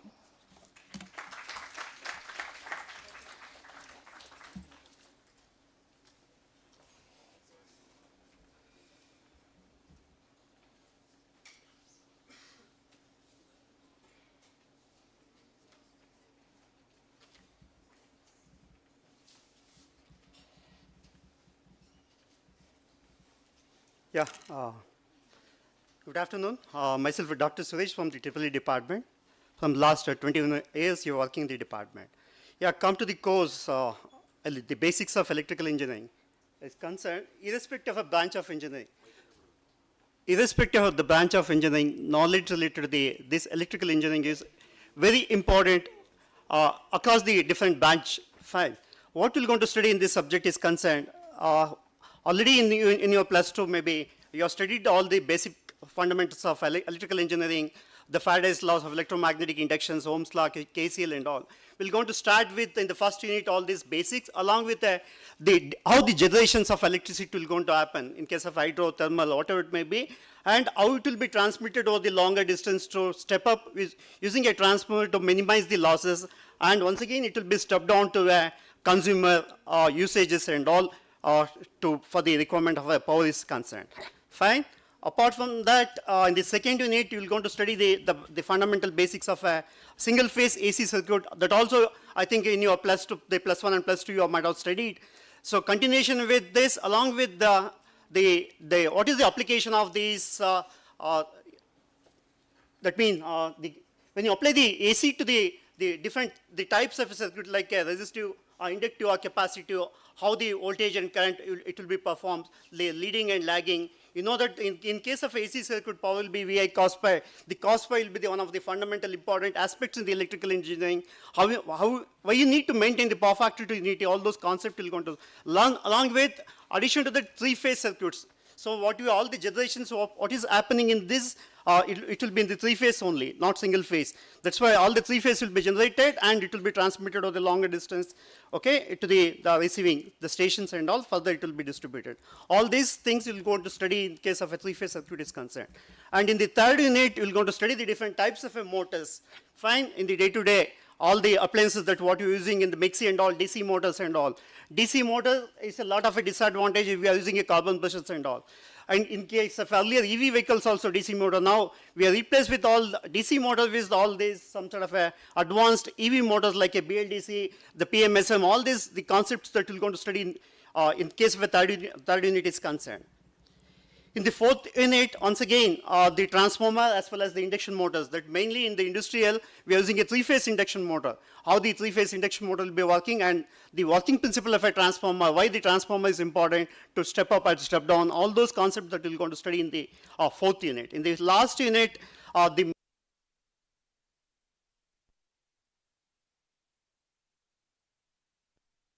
electrical engineering or the two-way, three-way control lamps and all these concepts that you're going to study. So that's what, and also billing, how the electricity billing will going to done in your home.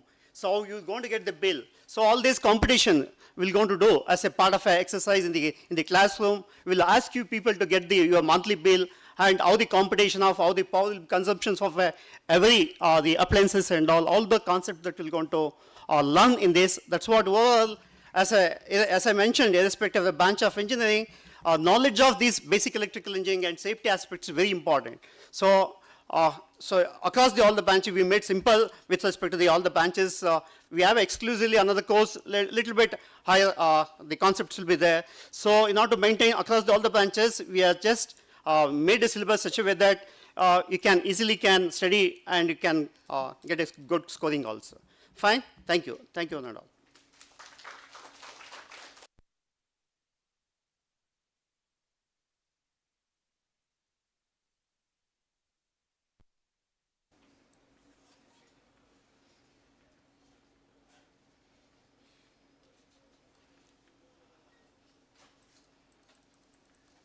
So good afternoon, everyone. Myself, Dr. Deepashri Devraj from the Department of Electronics and Communication Engineering. So I'll be giving orientation for the course Principles of Electronics Engineering, bearing course code EC113ATC. So this course will introduce you to the basic building blocks behind many technologies that you use in everyday life, that is from analog circuits and digital systems to microprocessor, microcontrollers, IoT, embedded systems, then ESP32, and so on. So why study this course? This course has got a lot of applications, covering numerous applications as it is evident from the slide. So starting from automotive and electric vehicles to industrial automation and manufacturing, consumer electronics, communication and networking, healthcare and biomedical, IoT and smart systems, aerospace, defense and space, energy, and power systems. So I can conclude saying electronics is the backbone of modern industry, from devices to intelligent systems. So today's electronics is tomorrow's innovation. So why the study of electronics matters?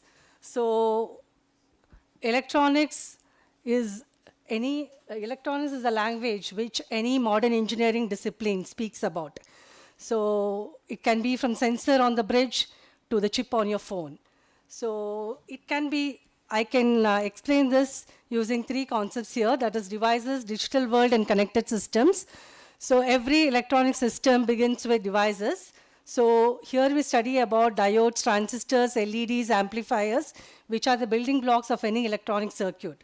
So eventually, if you land up in software, working in software, AI, mechanical engineering discipline, or any other engineering discipline, interaction of physical systems with electronics is very much essential.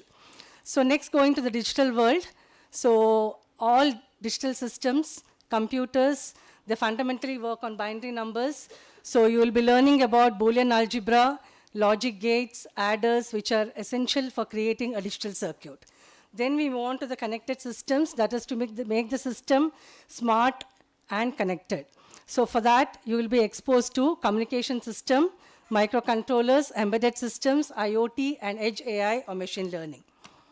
So finally, I can say this lays the foundation connecting the physical world with the digital world. So what is the relevance of this course in UG curriculum? So it builds strong electronic fundamentals. So you will be developing strong fundamental knowledge on analog circuits, then digital electronics, analog electronic devices, and so on. It supports advanced engineering courses, that this course becomes a prerequisite for some advanced engineering courses like IoT, embedded systems, microcontroller, and so on. Next, connects theory with emerging technologies. So whatever emerging technologies you're learning here, you will be able to connect the basic foundational concepts to modern engineering applications. Then finally, it develops application and industry readiness. That is through case studies, experiential learning. The students will be able to solve industrial problems or real world engineering problems.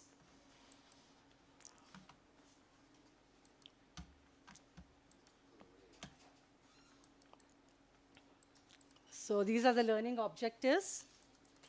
So coming to the contents of each unit, in first unit deals with semiconductor devices. So you'll be paying a revisit to semiconductor devices. So along with that, you'll be studying the IV characteristics of diode, how to design a regulated power supply, bridge rectifier with filter, what is the bridge rectifier, how the efficiency can be improved using a capacitor filter, how Zener diode can be used for voltage regulation. Then you'll be studying the working concepts of photodiode and LED. Then transistor and CE configuration, how different CE amplifiers can be merged together to form the multi-stage amplifier. And finally, how BJT can work as a switch. Then in second unit, it's all about feedback and signal generators. So you know feedback is an essential component in any engineering system where the part of the output is fed back to the input to enhance its performance. So these are the contents. So in this particular unit, you'll see how op-amp acts as a versatile device. So by just connecting or by just changing the connections around this device, how it can be made to function differently, how it can be used as a summer, as an integrator, or as a differentiator. Then third unit is on digital electronics, as I already told you. You'll be studying about Boolean algebra, which is a mathematical tool to analyze digital circuits. Then you'll study about the logic gates. Then Karnaug's map, which is used for simplification of Boolean expressions. Then finally about the basic or the universal gates. Then coming to unit 4, you study how the information is traveled from one place to another place by means of a communication system. So what's the need for modulation, a super heterodyne receiver, a digital communication system, microprocessor and microcontroller architecture, along with case studies. So you'll be studying about Raspberry Pi, which is microprocessor-based development board, and Arduino, which is a microcontroller-based development board. Then finally, Unit 5, where this course relates to modern-day technology. So you'll be studying about embedded systems, then the design metrics for the same, what is the basics of embedded Linux, then about edge AI, and how to build an IoT system with ESP32, and also you'll be introduced to different cloud platforms for IoT, that is ThinkSpeak and Blink. So this particular slide will tell you how the classroom teaching is related to solve the real-world engineering problems. With that can be power supply, automation, communication, connected devices, or how to build an intelligent system.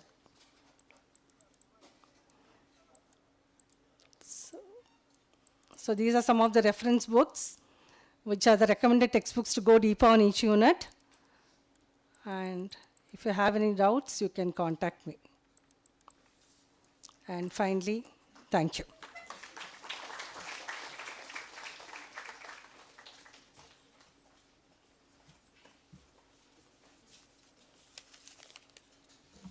Good afternoon, everybody. First of all, a warm welcome to all of you to your engineering journey. Myself, Lakshmi R.K., Kannada faculty, and Madam Mrs. Vanishri and Lalitamma, we three faculties are teaching here.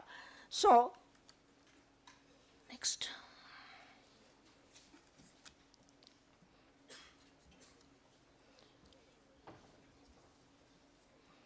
You may be wondering why we have Kannada as a subject in an engineering course. Because that is exactly we are going to learn, understand today, importance of Kannada language.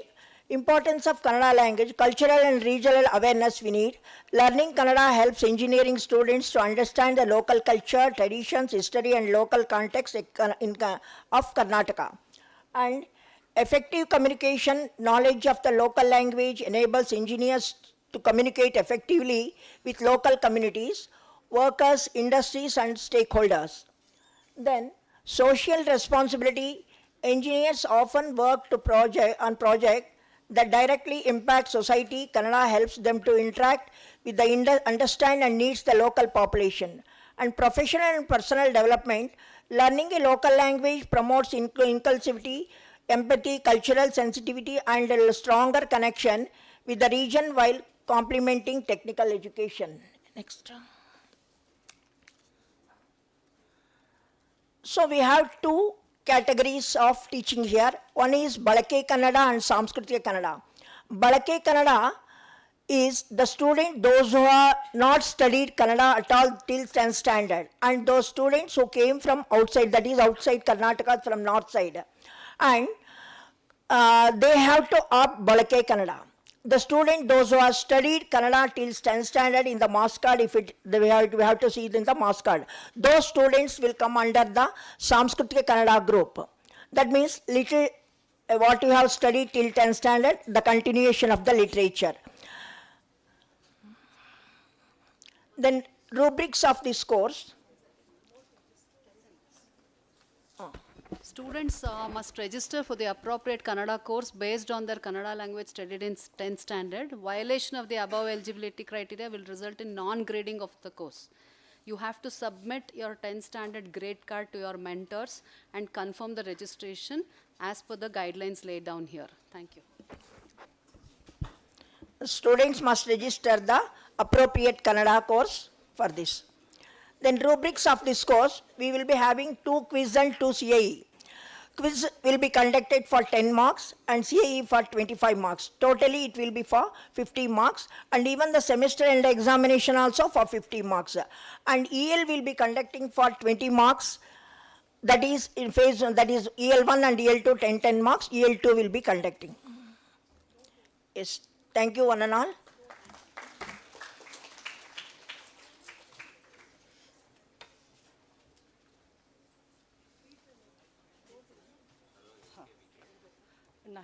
Good afternoon. From morning boring is just for introduction. How many have know Kannada here very well? I know how to read, I know how to write. Come on, raise your hand. You're Gen Z, right? Are you hungry? Hardly for 2 minutes. Will not take much time. How many know here Kannada reading and writing? Awesome.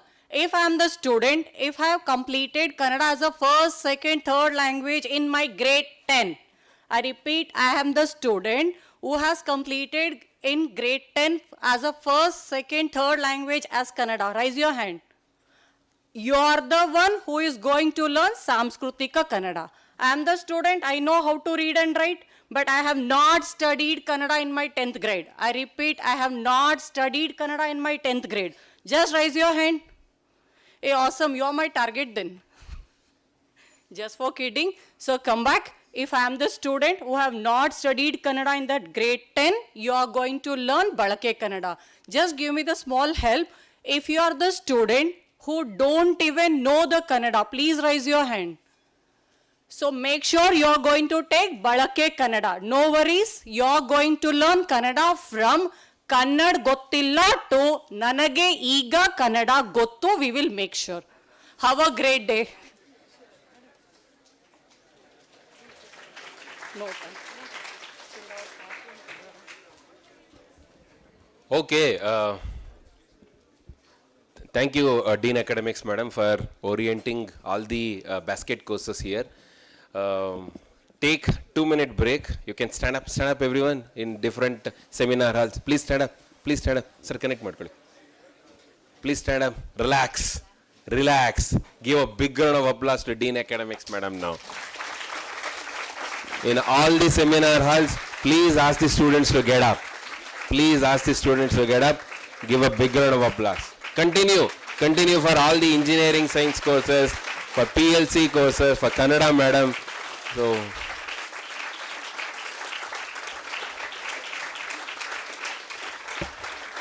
Thank you. Thank you.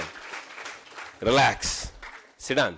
Stretch your hand now. Stretch. Very good. Stretch, everyone, stretch. Very good. Relax.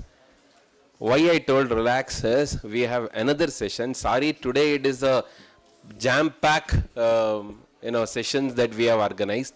And this is another important session which is coming up because we have tied up with LMS platform, Learning Management Platform from TriByte.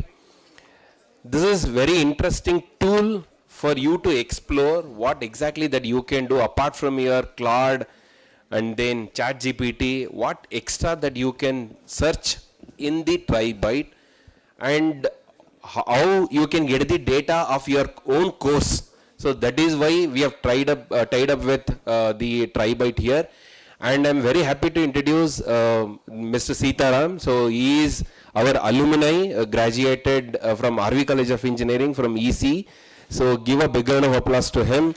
So he has connected back to alma mater, and because of how I think we have connected and exploring the TriByte. So over to him without much delay. So let's hand it over to him now. Hey, good afternoon, everyone. While we are setting up, I'll just fill. So what we're going to show you is all the professors showed you like what are the curriculum, what is there, all of that. So what we're going to show you now actually is how to easily learn if you miss a class, how to understand all of this, how to generate notes, or we talked about language actually, right? So we're going to help you with learning aids which can be in your own language. While you are learning Kannada, you can, like somebody from Kannada background who wants to understand the concept in Kannada, they can do it. So this is completely an AI-driven platform. So what we're going to show you is only a small percentage of features. The idea here is just give you an introduction and tell you what all is feasible. Once the IDs are rolled out to you, you guys can play around and share us the feedback. We are always open to hear. Just they are setting up, just a second.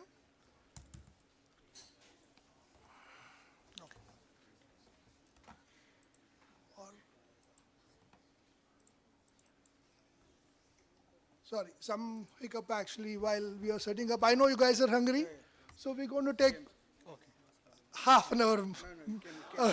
It's for 45 minutes, but we have concised it to half an hour now. That's the best. I'm pretty much sure this is going to help you get good grades. Trust me. No, trust me. This is going to help you to get good marks and good grades in your exam. I know, how it works in the college. So, how much you will be attentive in the class. So, this will help you. If you at least be attentive now, I'm pretty much sure you're going to get good marks in your exam. Go ahead, sir, please. I'll just walk.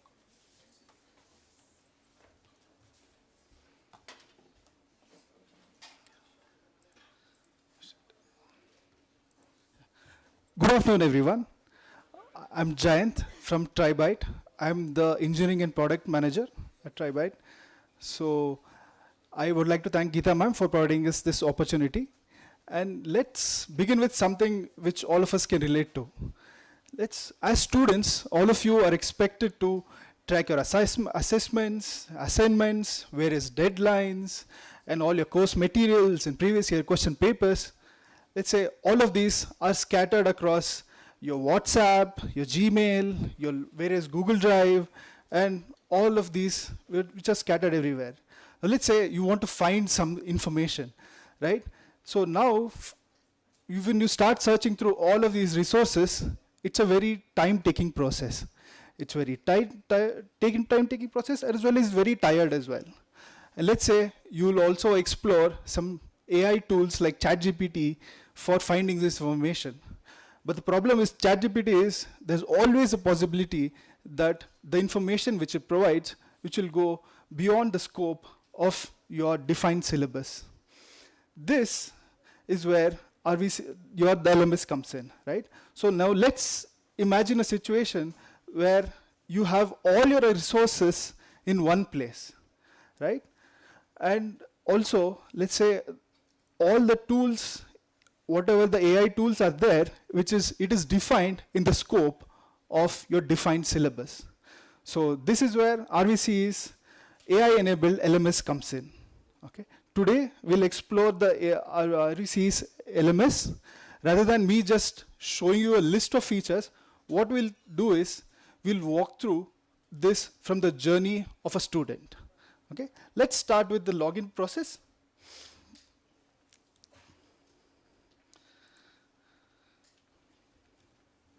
So, your login credentials will be provided to you over email, which you can refer later. Your student identification credentials is what you will use to log in. The LMS can be accessed at lms.rvce.edu.in. It works both on the desktop as well as mobile, but for best experience and to use all the features comfortably, we recommend using the desktop version. Let's log in.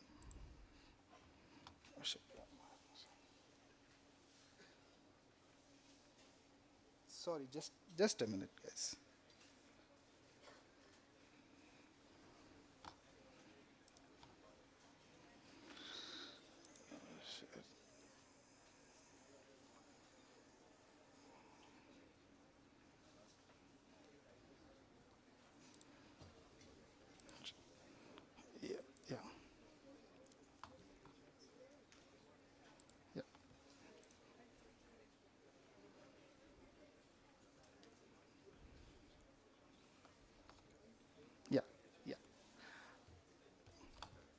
Okay, guys.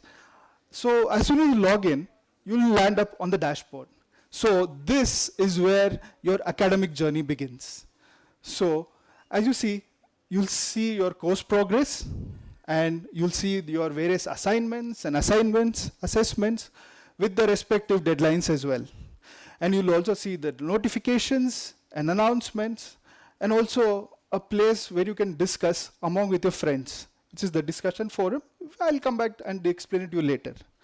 Also, you can see all the information about your upcoming academic events. Okay. So now let's see how you can log in, you can explore your courses. So you can click on the courses in the left bar.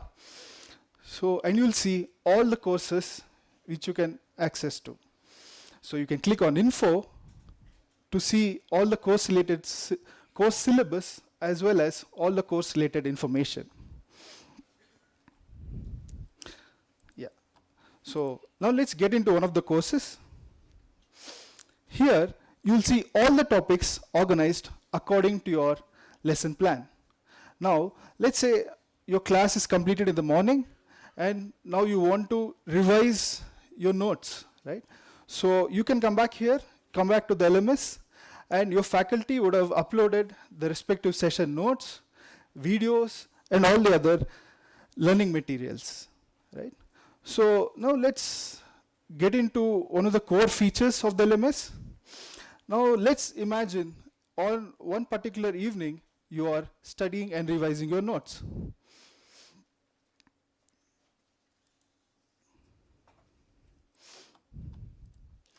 And now let's say when you're walking through your notes, you'll come across a particular concept which you may not be recalling very clearly. Maybe because you're too tired in the evening, or let's say some random thoughts came to you during the class and you just got phased out in that particular session. So this is where Dash comes in. Dash is your very own personalized AI assistant or AI companion, you can say.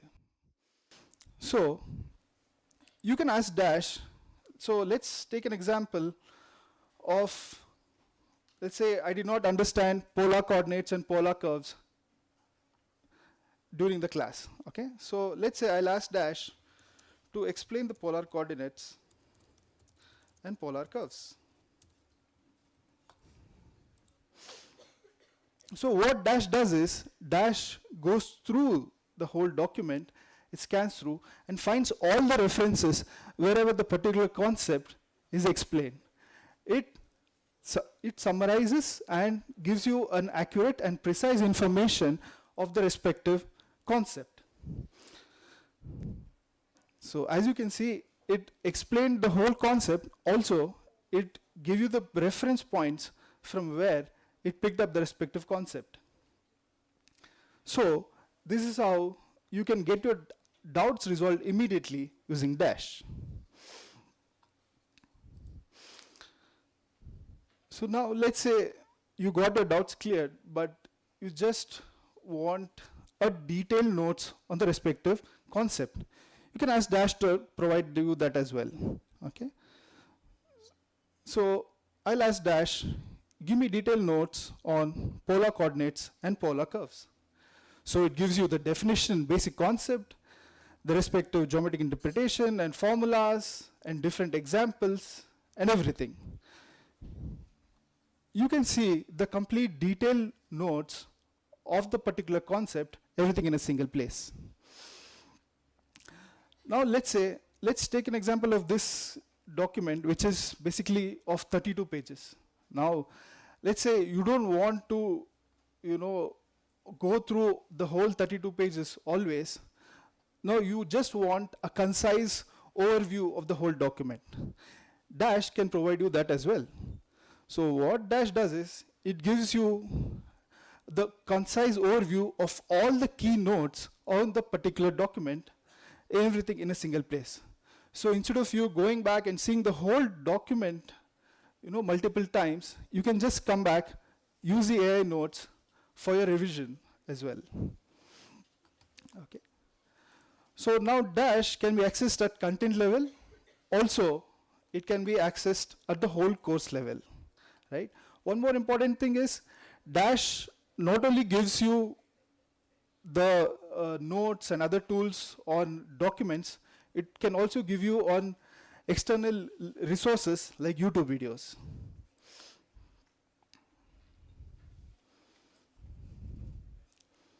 So here we have a YouTube video. I'll ask Dash to explain the same polar coordinates.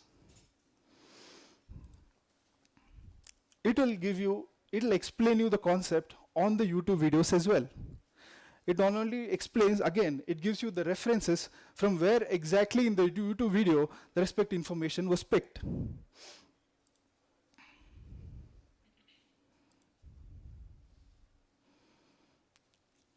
Also, again, similarly, you can use the AI notes to see all the notes on the respective YouTube video as well.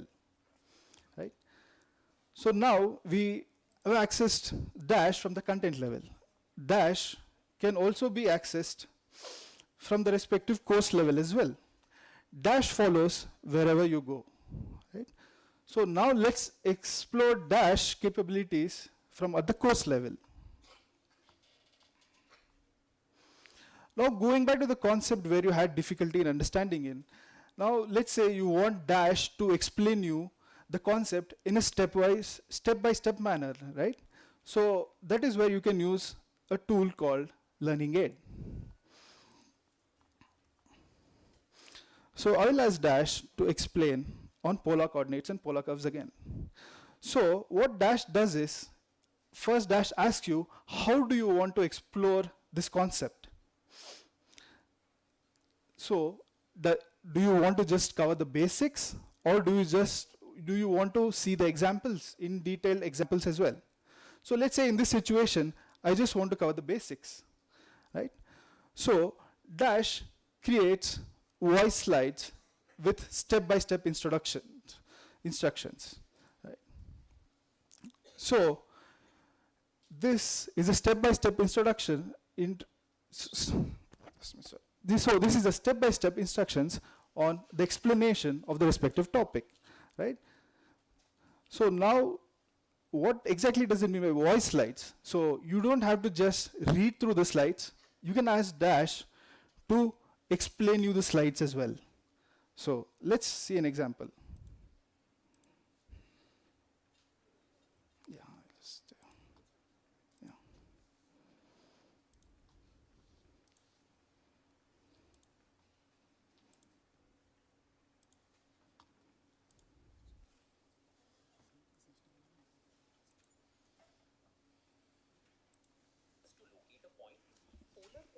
Describe a point's position fixed origin and the angle it makes with the reference direction.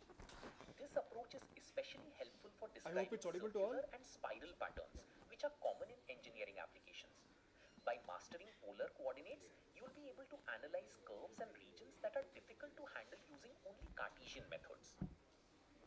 Now, let's define the key element.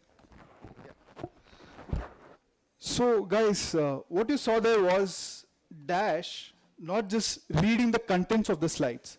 So basically, it was narrating and explaining you the whole concept from on each slide. Now let's say you want Dash to explain it in your own native language, right?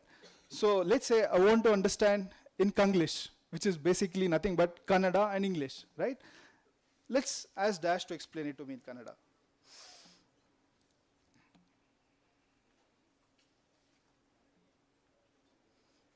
So what Dash does is, again, goes through all the slides, or all the documents which is provided for reference, and it creates your explanations in your respective native language as well.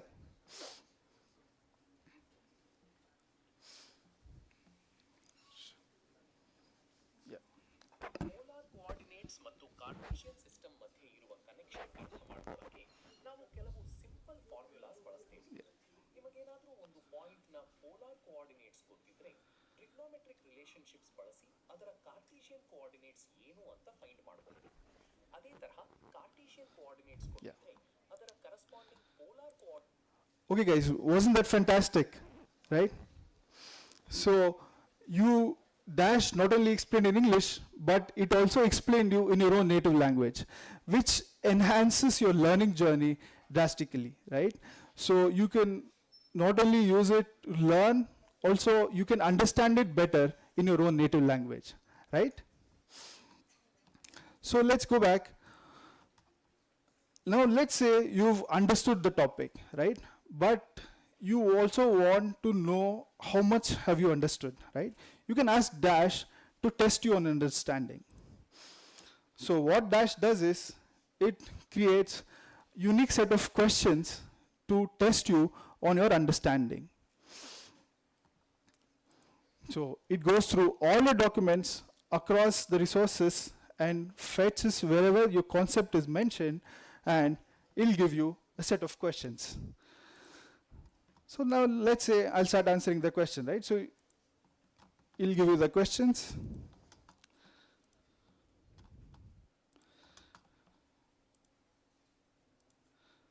Oh God.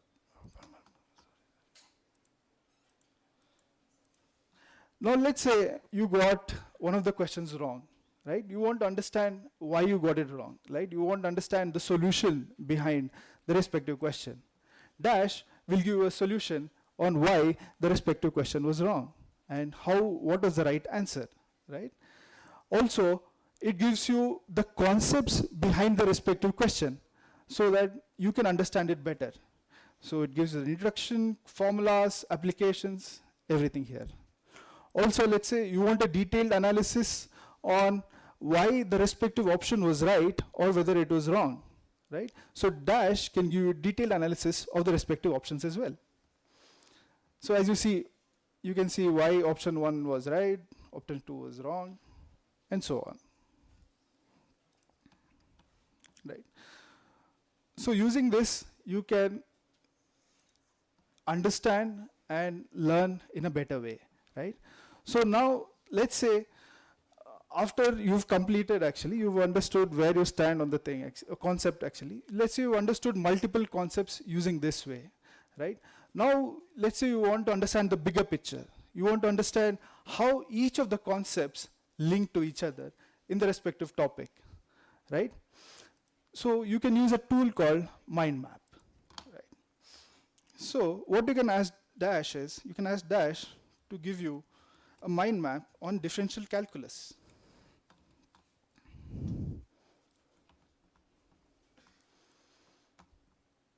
So what Dash does is, it gives you a beautiful visual representation of how the individual concepts connect to each other, which will help you learn and understand the concepts, the whole topic in a much better way. It not only helps you understand, but using this visualization, you can also, it will also help you in recalling during the exams. Right. So on the point of recalling, now let's say it is the last day of your exam, right? And you want to revise a particular topic, right? Now you can go back to refer all the study materials, or there could be 50 to 100 pages of different study materials. You can do that, which is a very time-taking process. Or what you can do is, you can ask Dash to give you a set of flashcards. I'll ask the same thing, differential calculus.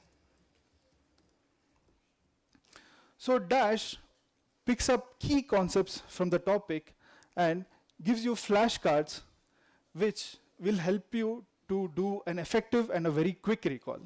So Dash gives you the respective concept questions, and when you click on it, you can see the answer. So you can say, before the exam day, you can come here, open the flashcards, see how much you remember of the concept. Let's say you want to know the answer, just click on the flashcard and it'll show you the answer. So in this way, you can use flashcards to do a very quick revision on your exam days. So now let's say, now you've understood all the concepts, you've got a visual picture of the whole topic, and also you've understood how to recall, right? Now let's say your exams are coming up. It's a month before your exam. Now, do you want to test yourself where you stand on the respective topics? So there are multiple topics, right? So some topics you might have better understanding, or some topics not so much. So if you want to know which topics you want to concentrate more on just before the exam, so you can use adaptive tests. So what Dash does is, first, initially it assesses your understanding level. So basically understands where you stand. Are you a beginner, or you are intermediate level, or are you at an expert level? So it gives you various easy, medium, and hard questions to analyze and assess where you stand. So let me take this test. So what Dash does is, it gives you a score based on your attempt. Right? So that score will tell Dash on where you stand. So similarly, you can see the solution, concepts, analysis at the respective level as well. One more important thing is, let's say on this question, right, you had your own doubts. You can click on Dash, or you can just select the respective topic in the question. You can just ask Dash here directly. So Dash will give you instant answers right there. So not just whatever Dash generated, whatever doubts you have, that also you can ask and clear here. So even if you have any follow-up questions regarding the topic, you can ask here and get it resolved. Okay. So now that we've completed the test, it will give you a score. It will see how much was the accuracy, how fast you did, and what is the correct answers. So based on that, it determines where you stand. Let's say you're at an intermediate level. So Dash continues to give you intermediate level questions until you gain mastery in that respective concept. So basically, Dash keeps giving you practice questions and assesses you until you reach the mastery level. So by using the adaptive test, you can understand clearly which topics you need to concentrate on during your exam time. Right? As you can see, it gives me a score, and you can and based on that, you can choose your topics. Yeah. Okay. So also, Dash keeps track of all your conversations, and you can see them in MySpace. And all the spaces are categorized by topics. You can either view your conversations in the respective topic, or you can create your own space. Yeah. Okay, so now we've completed the preparation mode, right? So now let's say you're going to an exam mode, right? So now how can you use the LMS during the exams, right? So you can attempt your exam, your monthly exams, directly from the LMS.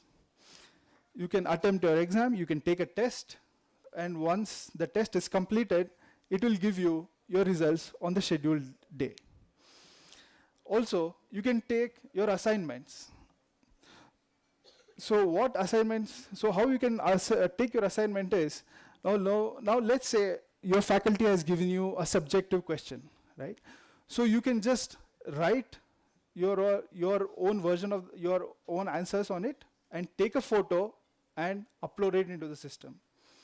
Your faculties will review your attempt data and then they will give you the score. Also, it can be evaluated by AI also. So we've completed your preparation and exam mode also. Now let's say you want to know your course progress. So now you can click on My Progress and you can see your course progress, how many assessments you've completed, yet to submit. And you can see the clear classroom session summary, how many you've attempted, and how many you are absent, and how many you missed. You can see all these details here. You can also see the academic calendar.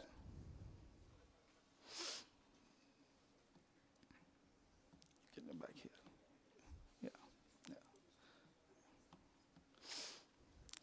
Now, let's say apart from your standard course material, your faculty will have also uploaded some additional resources. So, like example of some additional YouTube videos and other documents, which you can use for your reference during revision, or let's say you just want to expand your knowledge on the particular topic. Yeah. So all your additional resources will be there under library. Now lastly, as we discussed, we'll come back to the discussion, we'll discuss on the discussion forum. Basically, discussion forum is a place where you can have academic discussions with all your friends and students. And later, it can be answered by the respective your friends, or it can be answered by the faculty, or it can be answered by AI as well. It can be answered. So this was a brief overview of the TriByte LMS. Isn't this very exciting, guys? Yeah. So as soon as you get your login credentials, please play around, and then please give us your feedback. You can give your feedback to the academic course coordinators, and all your feedbacks will be addressed. Thank you, all the best, and happy learning.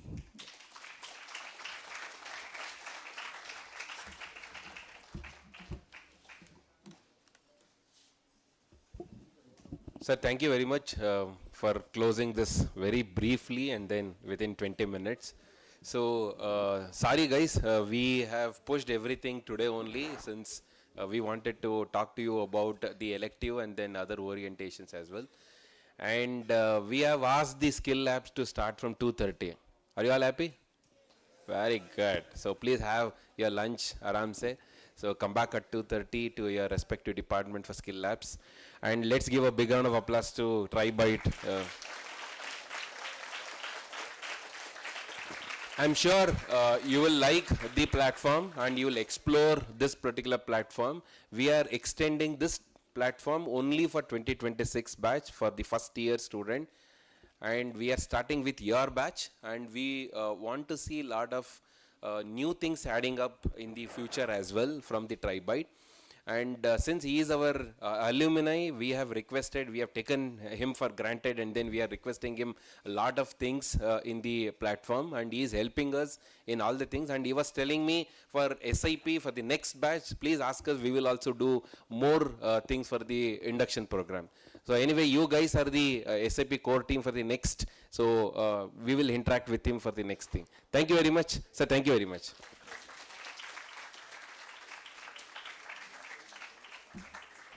We are not taking attendance, so thank you very much.